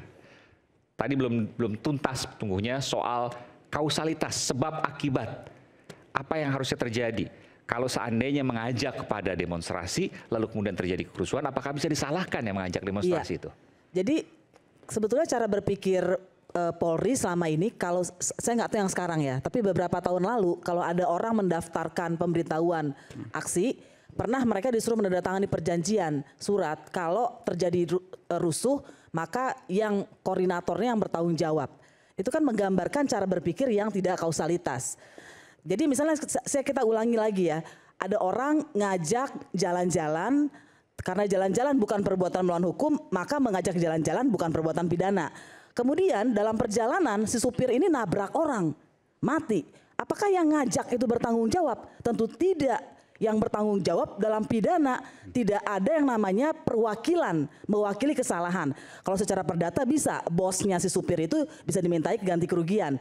Kalau dalam perbuatan pidana, orang yang memukul itulah yang akan terkena pidana, atau orang yang menggerakkan dia, atau orang yang membantu. Sehingga sangat masuk akal tadi, harus ada penyidikan, penyidikan, investigasi independen. Dan saya setuju sekali tadi. Kalau ada pernyataan politik, kan kita lihat nih live ya, lihat nih, siapa nonton juga, ini ada TNI, ada ini gitu ya. Maka itu harus disidik, harus di BAP. Pernyataan politik tidak bisa menghapuskan penangkapan, itu tertangkap tangan loh. Dan ada ketidakadilan yang terjadi. Orang yang tertangkap tangan tidak diproses, tidak diperiksa, bahkan saya nggak tahu di BAP atau tidak, tapi pasti tidak di BAP kayaknya. Karena nggak lanjut kasusnya. Sedangkan orang yang hanya mengajak aksi, kemudian disuruh bertanggung jawab atas kerusuhan itu. Jadi nggak masuk akal. Oke, nggak masuk akal, Prof. Gayus. Ya tentunya akal yang mana? Karena akal itu semua orang berbeda-beda. Tapi kita kan merujuk kepada norma. Norma apa yang diberlakukan untuk saya sebut tadi. Sebab akibat yang relevan. Itu teori. Artinya memang tidak ada akibat tanpa sebab, itu pasti kausalitasnya seperti itu. Tetapi kalau kita tadi misalnya analogi tadi ngajak jalan-jalan, tiba-tiba busnya itu tengah jalan, supirnya menabrak orang meninggal. Apakah yang ngajak jalan-jalan itu bisa dipidana? Tetap dimulai dari pengusutan yang relevan. Apakah supirnya punya SIM yang tepat? Apakah di jalur yang betul? Supirnya, tapi yang ngajak jalan-jalan ini? Nah nanti kaitannya ke sana. Apakah gimana logikanya, Prof. Gayus? Ya bagaimana dia mengajak, tujuan mengajak apa? Itu semua kan akan di penyidik yang lebih ahli dari tidak kita. Tidak sesederhana itu. Iya, tidak sesimpel itu. Tetapi ini kita serahkan kepada penyidik yang sudah profesional dengan hati yang bersih. Tentunya jangan mencari jalan supaya yang penting dikeluarkan atau dibebaskan. Itu berbeda. Ini menarik. Jadi saya kebayang. Jadi di dalam mengajak jalan-jalan tadi, Prof. Gayus mencurigai atau misalnya nanti akan dibuktikan ada hal-hal lain yang memang bisa terkait dengan kecelakaan itu. Tentu begitu. Jadi yang relevan. Jadi kalau seorang menabrak motor orang kemudian pingsan, dibawa ke rumah sakit, ambulans masuk kali, masih hidup, bawa ke rumah sakit, meninggal. Apakah dokternya lambat menolong? Ataukah SIM dari ini menyebabkan juga hal itu? Atau yang mana? Itu contoh yang umum di kelas itu. Jadi siapa yang bersalah, teorinya banyak ya. Ada von Kres, ada trigger, itu semua punya teori-teori sebab akibat. Kita akan memilih yang baik adalah yang relevan. Bahkan dia dikaitkan itu penyebabnya ini relevan apa tidak dengan kematian ini atau dengan korban ini. Seperti itu. Jadi tidak bisa pasti tidak sesederhana itu Anda mengatakan itu. Tidak sesederhana bahwa cuma mengajak demonstrasi. Pasti ada rangkaian lain, pasti ada ada runutan lain. Persis. Jadi yang mau saya ambil kata kuncinya Pak Gayus itu tidak sesederhana itu dan relevan. Dan itu persis yang dikatakan Mas Ma'ruf tadi. Kalau kita kembali kepada pra peradilan yang akan berpengaruh pada pokok perkara, apakah dua alat bukti itu relevan atau tidak? Dan tidak sesederhana ada orang posting demonstrasi, kemudian ada kerusuhan, dia yang melakukan. Apalagi Del Pedro di Jakarta dan kerusuhan itu terjadi serentak. Dan jangan lupa Indonesia punya sejarah kerusuhan loh. Indonesia punya sejarah kerusuhan 98, kita punya sejarah kerusuhan Malari. Dan dalam dua peristiwa itu sudah ada pengungkapan oleh tim independen bahwa itu bukan organik, itu bukan hanya masyarakat. Karena saya yakin teman-teman saya itu yang suka demo nggak punya kemampuan melakukan kerusuhan dalam waktu yang sangat singkat menyebar di semua kota. Mana ada kemampuannya? Pedro dan kawan-kawan juga nggak punya kemampuan itu. Iya, saya setuju. Makanya itu harus didalami karena ini kerusuhan itu menyebar ya.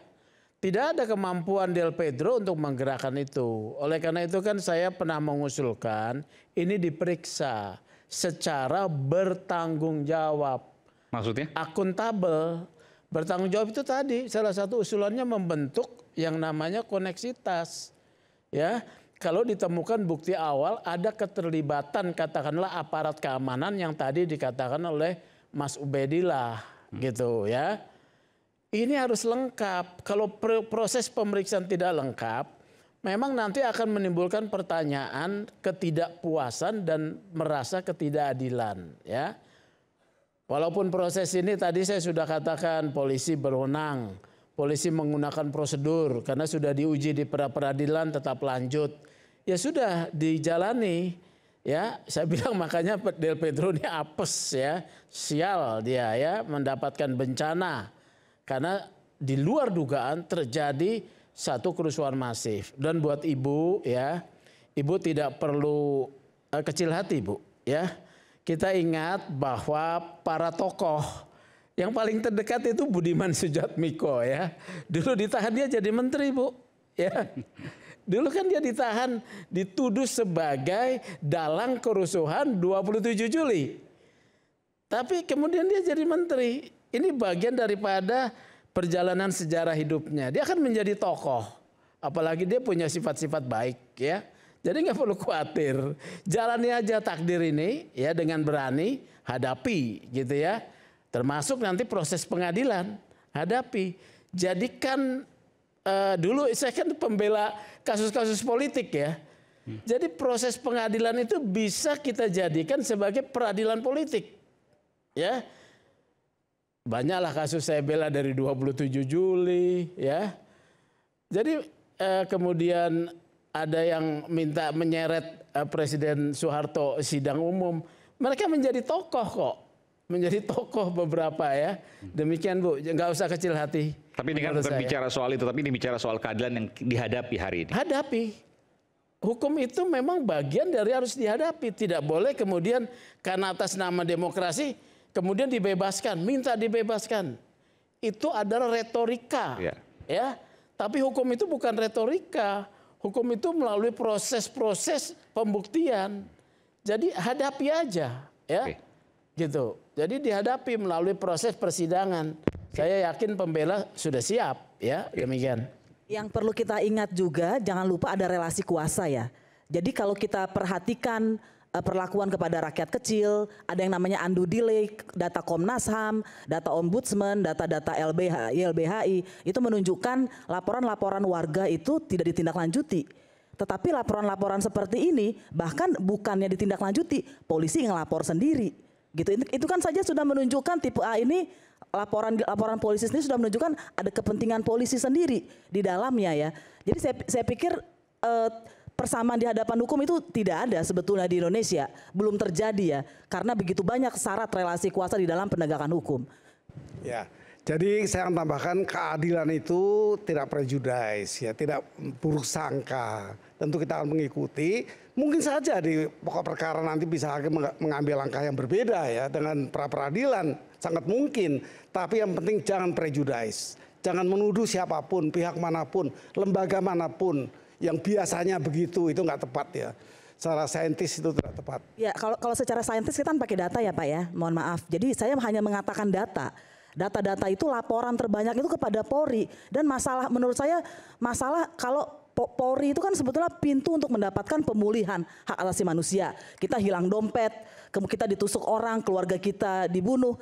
Bagaimana kita bisa mendapatkan hak asasi manusia? Pintunya adalah polisi. Karena itu punya polisi yang akuntabel, penyidik yang akuntabel dan bisa dipercaya itu sangat penting. Itu syarat negara HAM dan negara hukum. Ya, tapi Aspinawati jangan lupa juga bahwasanya polisi memiliki kewenangan sebagaimana diatur dalam pasal 13 Undang-Undang Kepolisian sebagai pelaksana Kamtibmas, khususnya menegakkan hukum dalam hal pemeliharaan keamanan dan ketertiban masyarakat. Jadi kalau memang berbicara terkait dengan Del Petro CS, saat ini kita masih menjunjung asas praduga tidak bersalah. Karena statusnya itu masih prasangka, dugaan, penghasutan, dan penyebaran berita bohong. Nanti kan akan dibuktikan di pokok perkara. Tapi Bang Aiman perlu diketahui, untuk membuktikan apakah seseorang itu bersalah atau tidak, saya mengutip dari 5 klasifikasi pelaku tindak pidana sebagaimana diatur dalam pasal 55 KUH pidana. Adanya plager, doen plager, med plager, dan with locker, yaitu yang melakukan, menyuruh melakukan, ya, turut serta melakukan, atau yang menganjurkan atau membujuk. Nah, inilah rangkaian yang didalami oleh penyelidik di dalam tahap penyidikan, dan saya dapat informasi sudah dilimpahkan berkasnya ke kejaksaan. Artinya ini sudah kewenangan daripada jaksa penuntut umum, penyidik sudah selesai dalam melakukan penyidikan tersebut. Nah, tinggal nanti dibuktikan di pengadilan bersalah atau tidak. Ini kita lihat video apa ini, Bung Mitra? Ya. Video-video akibat dari kerusuhan tersebut. Ini ada suaranya? Artinya, ya. Ada suaranya ya? Ini kita lihat ini ya. Ini menunjukkan bahwasanya akibat daripada unjuk rasa yang anarkis dan menimbulkan kerusuhan tersebut merusak fasilitas umum kita, Bang Aiman. Iya. Nah, jadi ini kita lihat. Terus apa kaitannya dengan kasus ini? Kaitannya yang pertama bahwasanya perbuatan materialnya sudah terjadi. Ya. Keberatan Bang? Tunggu dulu. Enggak. Tunggu dulu. Begini, Anda framing kalau tunggu dulu, tunggu dulu. Bang Aiman bertanya. Tunggu dulu, saya lagi berbicara. Anda Artinya sudah bahwa ada perbuatannya sudah kerusuhan di mana terjadi dan merusak fasilitas umum seperti ini. Gini. Artinya kita Anda berbicara HAM, tapi kita harus menghormati melihat praduga bersalah, tapi Anda judgement di sini. Nggak bisa. Untuk menggunakan fasilitas umum ini. Anda jangan bilang perbuatan material udah terjadi. Apa kaitannya dengan kasus ini? Memangnya Del Petro Marhen punya kapasitas, punya kualifikasi untuk melakukan perbuatan seperti ini. Kamu bicara, saya diam. Kamu tunggu dulu. Anda menyesatkan publik dan menyerang klien saya. Enggak, saya harus membela klien saya. Saya tidak menyebut nama klien Anda. Saya harus membela klien saya di hadapan perbuatan, ini. Anda bilang perbuatan itu telah terjadi. Kerusuhan di mana-mana. Saya tidak menyebut nama klien saudara. Saya bilang kerusuhan itu menimbulkan rusaknya fasilitas umum. Enggak bisa Anda. Kamu dengar dulu dong saya bicara. Kamu dengar dulu. Inilah makanya. Apa kaitan ini dengan kasus mereka ini katanya pembela HAM, tapi tidak melihat HAM secara keseluruhan. Ini fasilitas umum tidak bersalah. Gitu loh. Ini lihat ini Bang Aiman, ini ada halte busway yang digunakan oleh rakyat Indonesia. Kita tahu lah kemarin ada banyak kerusakan. Ya, terus kerusakan-kerusakan ini pemerintah telah melakukan audit mencapai 900 miliar kerugian negara di sini. Yang untuk dipakai oleh masyarakat. Jadi kalau kita berbicara HAM, kita harus berbicara HAM secara keseluruhan. Ya, ada hak-hak masyarakat juga yang direnggut akibat peristiwa ini juga.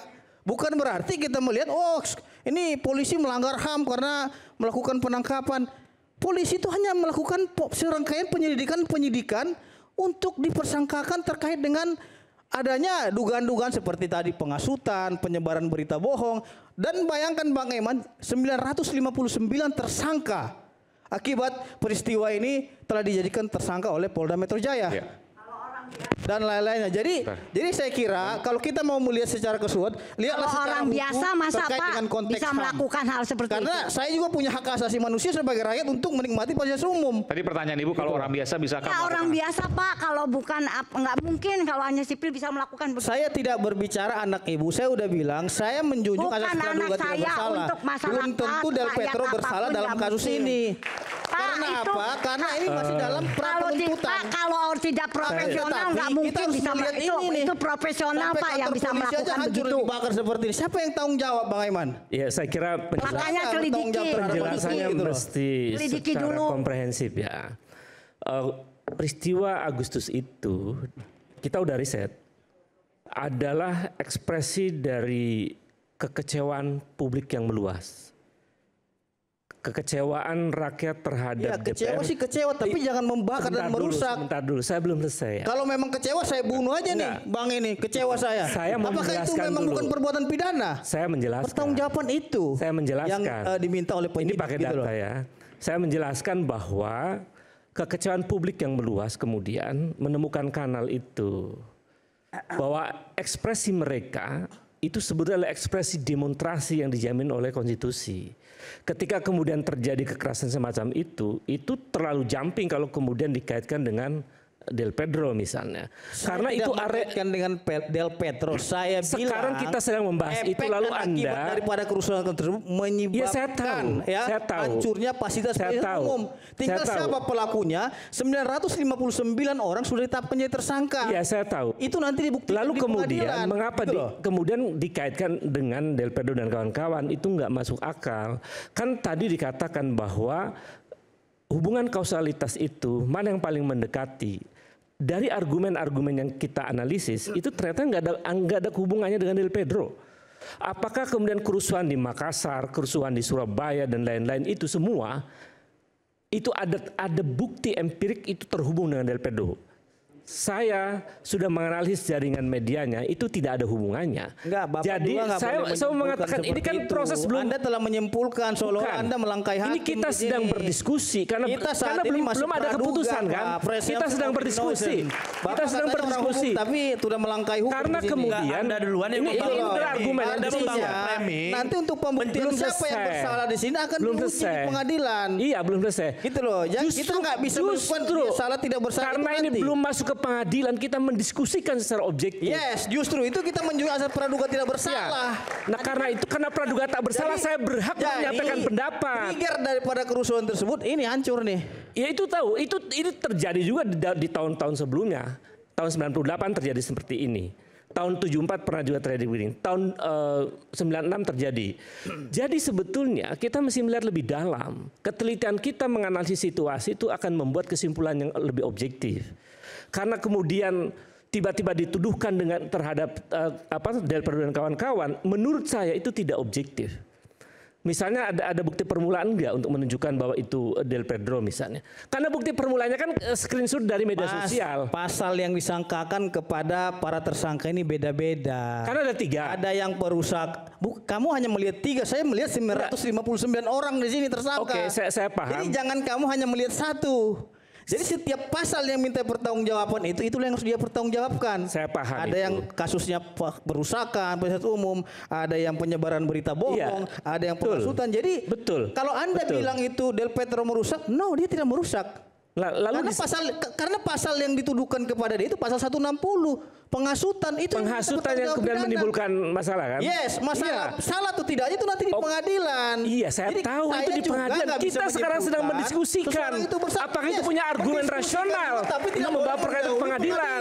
Kalau kemudian dalam diskusi yang objektif tidak terbukti bahwa ada hubungan kausalitas, maka pengadilan itu patut diduga prosesnya. Kok pengadilan patut diduga? Ya, saya kira saya berhak berpendapat dong. Pengadilan ada apa? Maksud saya, ketika proses diskusi ini kita menyimpulkan atau menganalisis bahwa tidak ada hubungan kausalitas, maka pengadilan itu sebetulnya ada tanda tanya besar di situ. Yes, itu opini Anda silakan. Iya kan orang berbicara dan berpendapat. Tapi dalam hal ini perlu saya tegaskan ya, penyidik dalam hal menetapkan seseorang itu sebagai tersangka dengan melalui proses pendalaman sesuai dengan pasal 184 sudah dilalui itu semua, baik ahli, saksi, ya, petunjuk, ya, keterangan daripada surat dan lain-lainnya. Jadi kalau memang dibilang tidak ada hubungannya itu nanti ranahnya, Mas. Dalam proses-proses. Jadi kalau memang Anda mencurigai pengadilan, silakan, itu hak Anda sebagai warga gitu loh. Iya, dalam proses-proses yang tadi memintai keterangan kepada anak-anak ternyata ada pendampingan hukum dan lain-lain,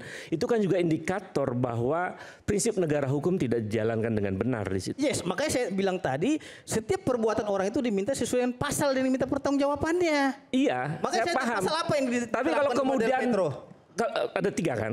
Pasal apa? Pertama, Del Pedro dituduh menghasut. Oke. Ya kan? Kemudian yang kedua, dia melanggar undang-undang ITE. Oke. Melakukan pembohongan. Ada nggak pasal perusakan dituduhkan kepada dia? Yang ketiga, itu kan pelindungan pada anak. Enggak, pertanyaan saya, ada nggak pasal perusakan dituduhkan kepada dia? Menghasutnya itu kan bukan. Oke. Ada nggak pasal perusakan dituduhkan kepada dia? Karena tadi menghubungkan. Anda cantumkan dengaran dulu. video di sini seperti itu. Ini juga kritis Anda ke Mas tadi sudah Aiman. menjelaskan Prof. tapi Gayus, apa? mengapa Kalau Anda kemudian- belum paham, Mas, Bentar Anda baca dulu putusan ini lengkap nih, Ya, ini baca paham putusan ini. ini. Oh, Biar ini- paham, begini. baru Wah, ini mah udah berapa tahun lalu ini. dibaca itu. Begini Mas Aiman. Jadi biar kita selalu sama-sama bilang, nggak nanti ini tunggu gitu di loh. pengadilan, nanti tunggu di pengadilan. Kalau kita tunggu di pengadilan, buat apa kita selenggarakan Iya. diskusi hari ini? Gitu. Tadi- Mending dibubarin aja. Yes, diskusinya. Anda telah mengujinya ke pengadilan. enggak. Secara tidak langsung Bung. Anda Kita melakukan sedang otokritik terhadap diri Anda sendiri. mendiskursuskan bagaimana Anda konteks melakukan negara pengujian hukum pra ini. peradilan nggak ke pengadilan? Kita melakukan. Anda telah melakukan Anda yang itu. kemudian masuk jangan ke Anda ranah bilang pokok perkara semua yang tidak kemudian di luar pengadilan. kapasitas Anda. Justru Anda melakukan Lalu Anda pengadilan. hadir ke Berarti sini. pengadilan telah sah dan melakukan mencantumkan video pemeriksaan seperti terhadap itu. hal tersebut. Membangun Tidak ada framing. pelanggaran yang dilakukan oleh penyidik dalam Tidak, kasus Anda tersebut. membangun framing Itu. bahwa klien kami Yes. kemudian bertanggung jawab Framingnya atas yang di mana? itu. Itu Yang di keberatan. mana framingnya? Anda apa kepentingan Anda? Anda dengar nggak saya bicara tadi? Anda nggak Tidak. nyimak, Anda nggak paham saya Tidak, bicara. justru Ya, bahkan Anda- memang Nanti ngomong Anda ini gitu, ngolor betul. gitu. Dia nggak Saya kira Anda saya sudah dulu Anda ya. siap sendiri. Konteks saya Anda bicara, bagaimana? makanya Anda Lewat keluar apa? bicara Mas gitu. Aiman kemudian kan Kita bertanya kembali saat hubungan lagi. kasus Tetap ini. sama kami Rakyat Bersuara. Oke.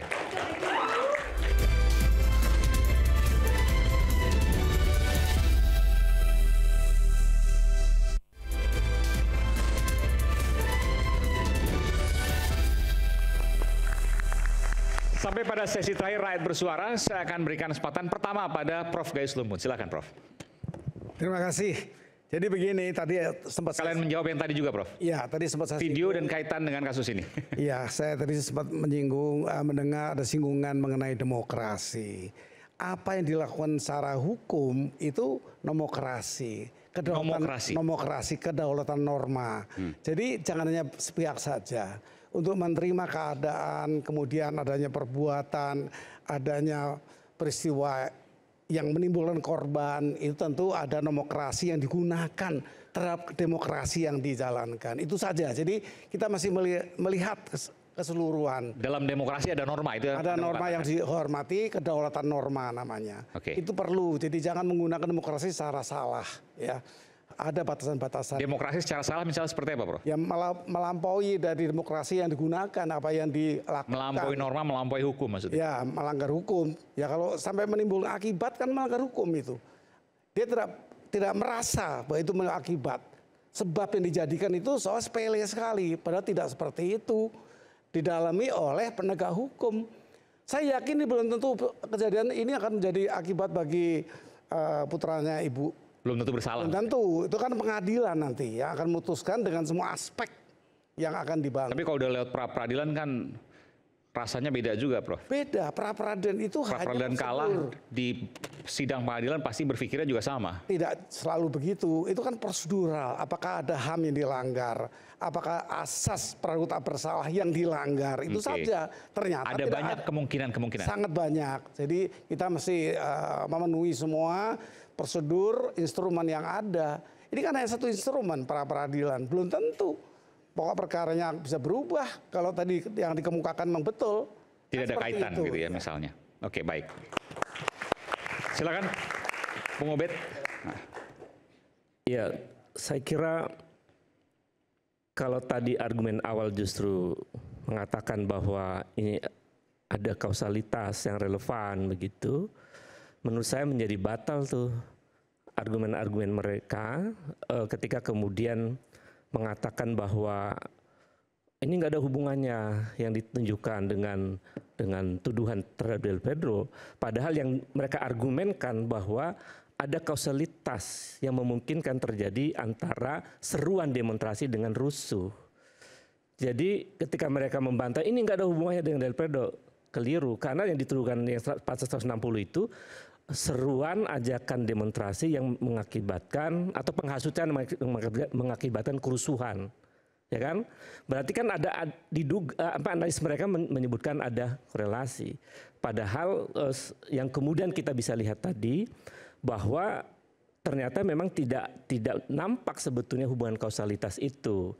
Ini kan kita bisa lihat ya. Masa sampai kemudian di daerah-daerah rusuh semacam itu. Anda pribadi tidak melihat ada hubungan sebab antara tweetnya atau kicauan Del Pedro di media sosial dengan kerusuhan ini? Kemudian yang kedua, kalau proses hukum semacam ini terus terjadi, ini akan memperburuk negara. Saya harus sampaikan ini, karena indeks penegakan hukum kita di mata dunia internasional dan banyak proses saintifiknya, itu menyebutkan hanya 0,53, Mas. Indeks penegakan hukum Indonesia itu rendah sekali. Oleh karena itu menurut saya jika proses peradilan ini berlangsung dan tidak menegakkan prinsip-prinsip hukum yang benar, ini akan mencoreng dan memperburuk citra hukum Indonesia di mata dunia. Dan ini berisiko terhadap kekuasaan pemerintahan hari ini. Secara demokrasi indeks kita menurun dan secara indeks penegakan hukum kita menurun. Karena itu jangan ceroboh, jangan kemudian melakukan tindakan-tindakan proses hukum itu yang kemudian mengakibatkan merusak citra hukum Indonesia di mata dunia. Saya kira itu, Mas. Oke, baik. Ya, tapi salah kami juga ini. Boleh saja berpikir apapun ya, tetapi kita tidak boleh sekali-kali untuk mendiskreditkan sebuah lembaga. Cuma itu saja pendapat saya. Mari kita hormati, silahkan. Ini dengan dialog lagi, Mas. Kalau mau dijawab apa? Oh iya. Saya tidak bermaksud untuk memberikan tuduhan ya, tetapi saya mau mengingatkan bahwa indeks penegakan hukum kita rendah sekarang. Kalau itu yang kita perbaiki, itu yang akan kita perbaiki, tapi bukan dengan cara merusak. Artinya dengan cara wah udah jelek ini, pasti ini akan jelek juga. Itu prejudice tadi.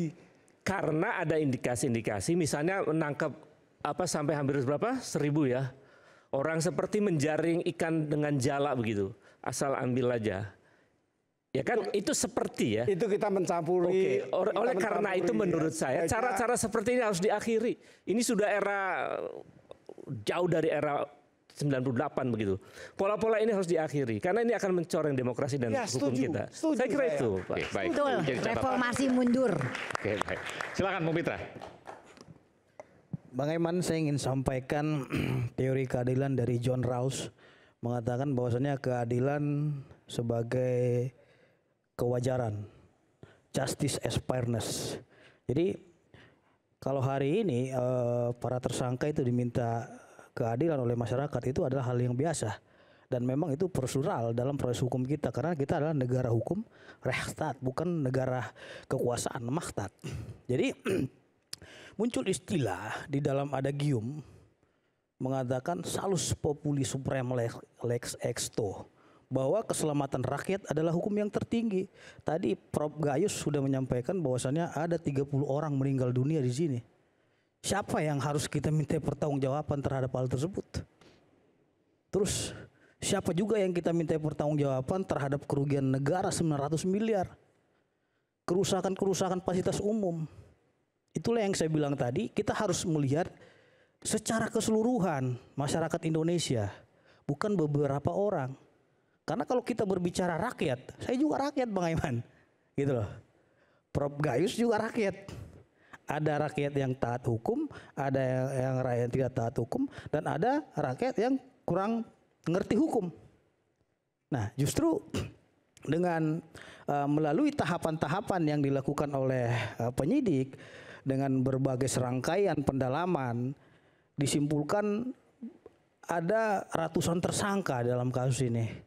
Tinggal ada ditarik rentetan-rentetan lainnya, trigger.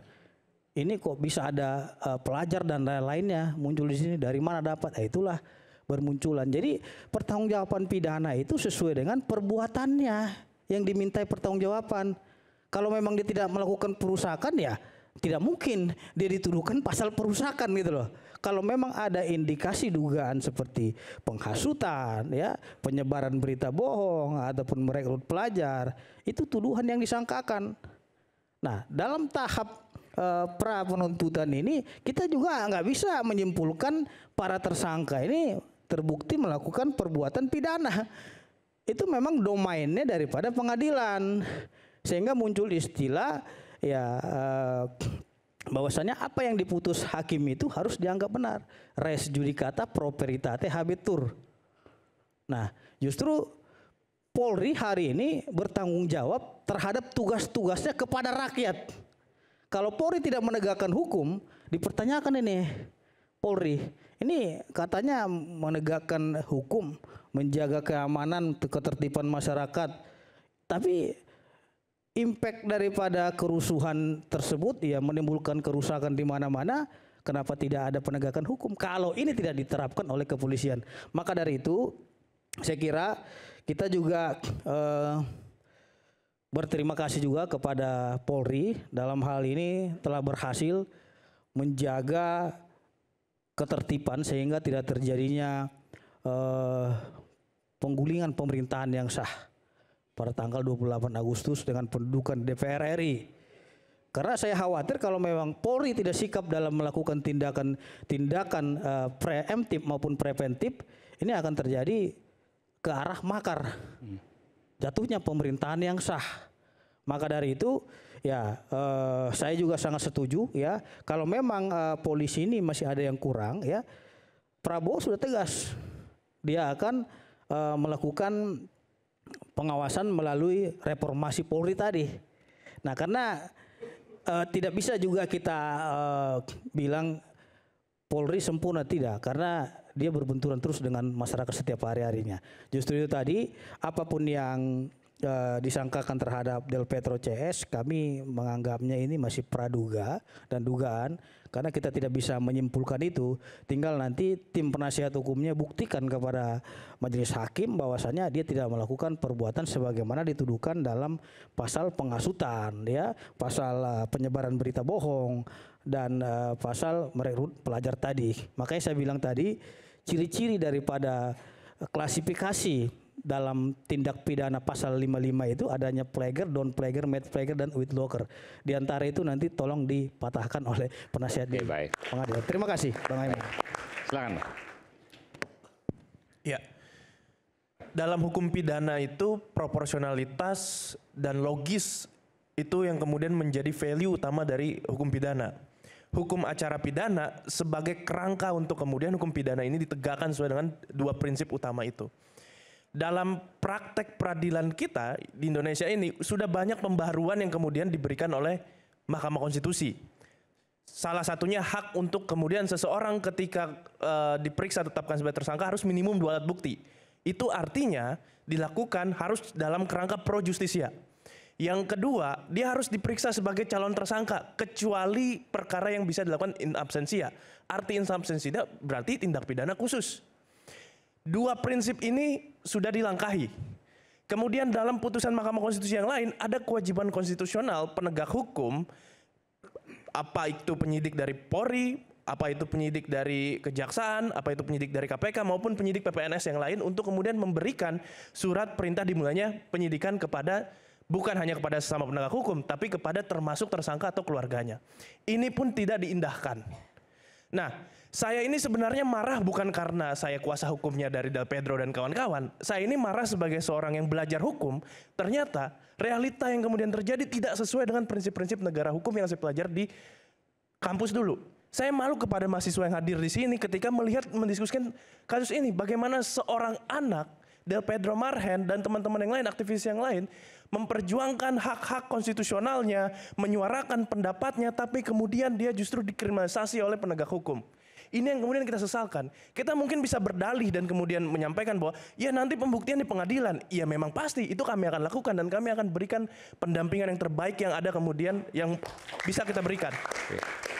Tapi untuk mempercakapkan ketidakadilan, saya pikir kita tidak tunggu harus berbicara di pengadilan. Ketidakadilan itu terjadi di mana-mana.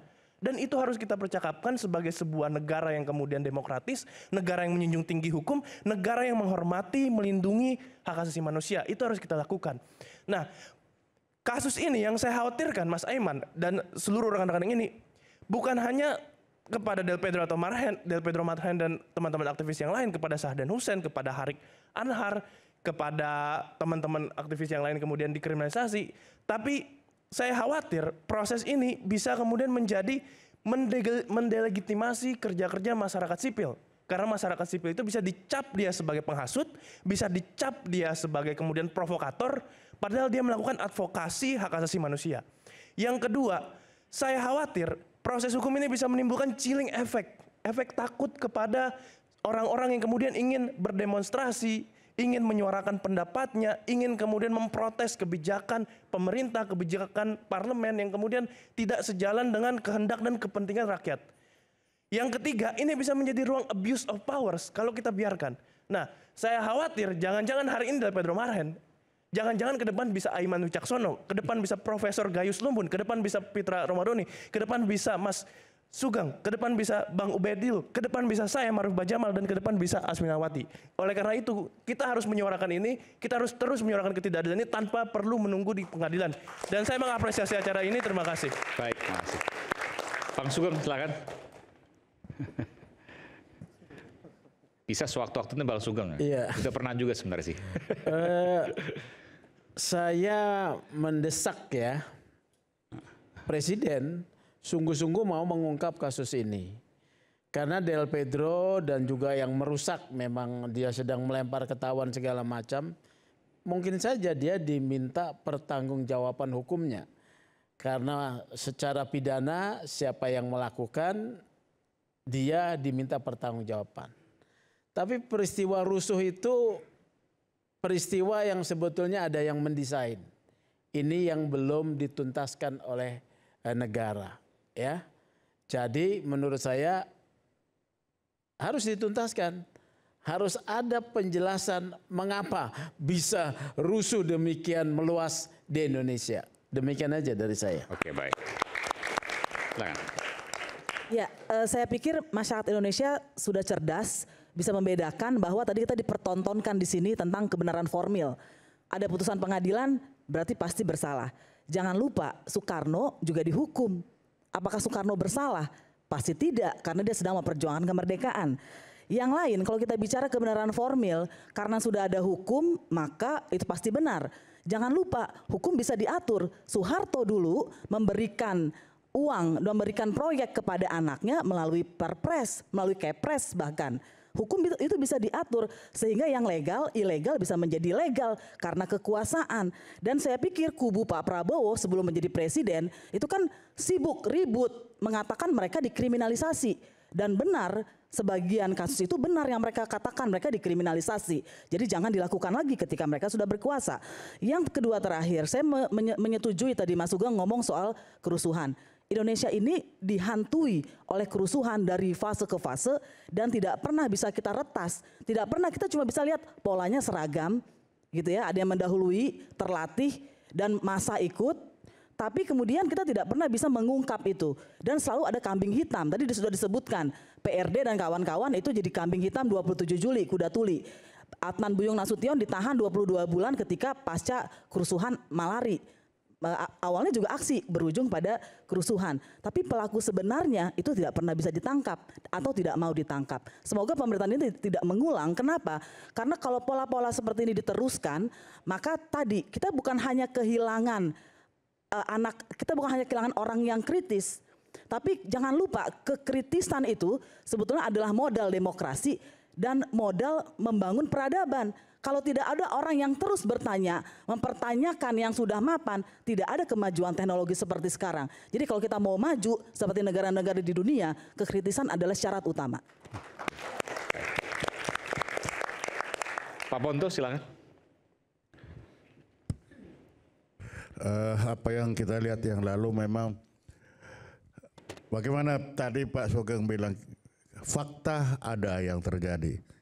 Tetapi kalau kita mau mengejar, selama ini kan kita mengejar dalang katanya. Yang namanya dalang, undang-undang kita tidak ada menghukum dalang. Yang dihukum adalah yang berbuat. Jadi kalau kita mau mengejar dalang, ya rubah dulu aturan kita. Yang dihukum adalah dalang. Selama aturan kita yang dihukum adalah perbuatan, ya selama ini ya jangan berbuat kalau tidak mau terhukum. Karena itulah aturan kita yang ada sekarang. Demikian, terima kasih. Oke, baik. Terakhir, Ibu Magda, ibunda dari Del Pedro Marhain. Ada yang ingin disampaikan, Bu, untuk terakhir kalinya di acara ini? Silakan. Rasanya udah cukup ya untuk dilanjutkan lagi. Karena saya lihat ya tetap aja pembicaraan bahwa yang saya inginkan adanya keadilan buat anak saya. Karena saya mengharapkan pengadilan itu adalah tempatnya adanya keadilan. Mudah-mudahan nanti betul-betul itu terwujud dalam kasus anak saya ini mendapatkan keadilan yang seadil-adilnya. Kan jangan pengadilan menjadikan lebih dekat lagi, Bu. Iya, jangan pengadilan menjadikan tempat tidak adanya keadilan. Itu yang saya inginkan. Gitu. Ibu harap betul bahwa pengadilan nanti yang mengadilkan para aktivis termasuk putra Ibu Del Pedro kalau jadi ajang untuk pengujian dan menghasilkan sebuah keadilan. Betul.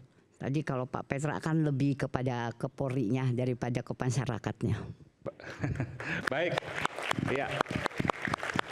Anda mau tambahkan sedikit, Pak Petra? Pak Petra lebih kepada polisinya dibanding masyarakatnya katanya. Mungkin Anda mau jawab? Ya. Jadi begini, Bu, bukan masalah polisi dan masyarakatnya.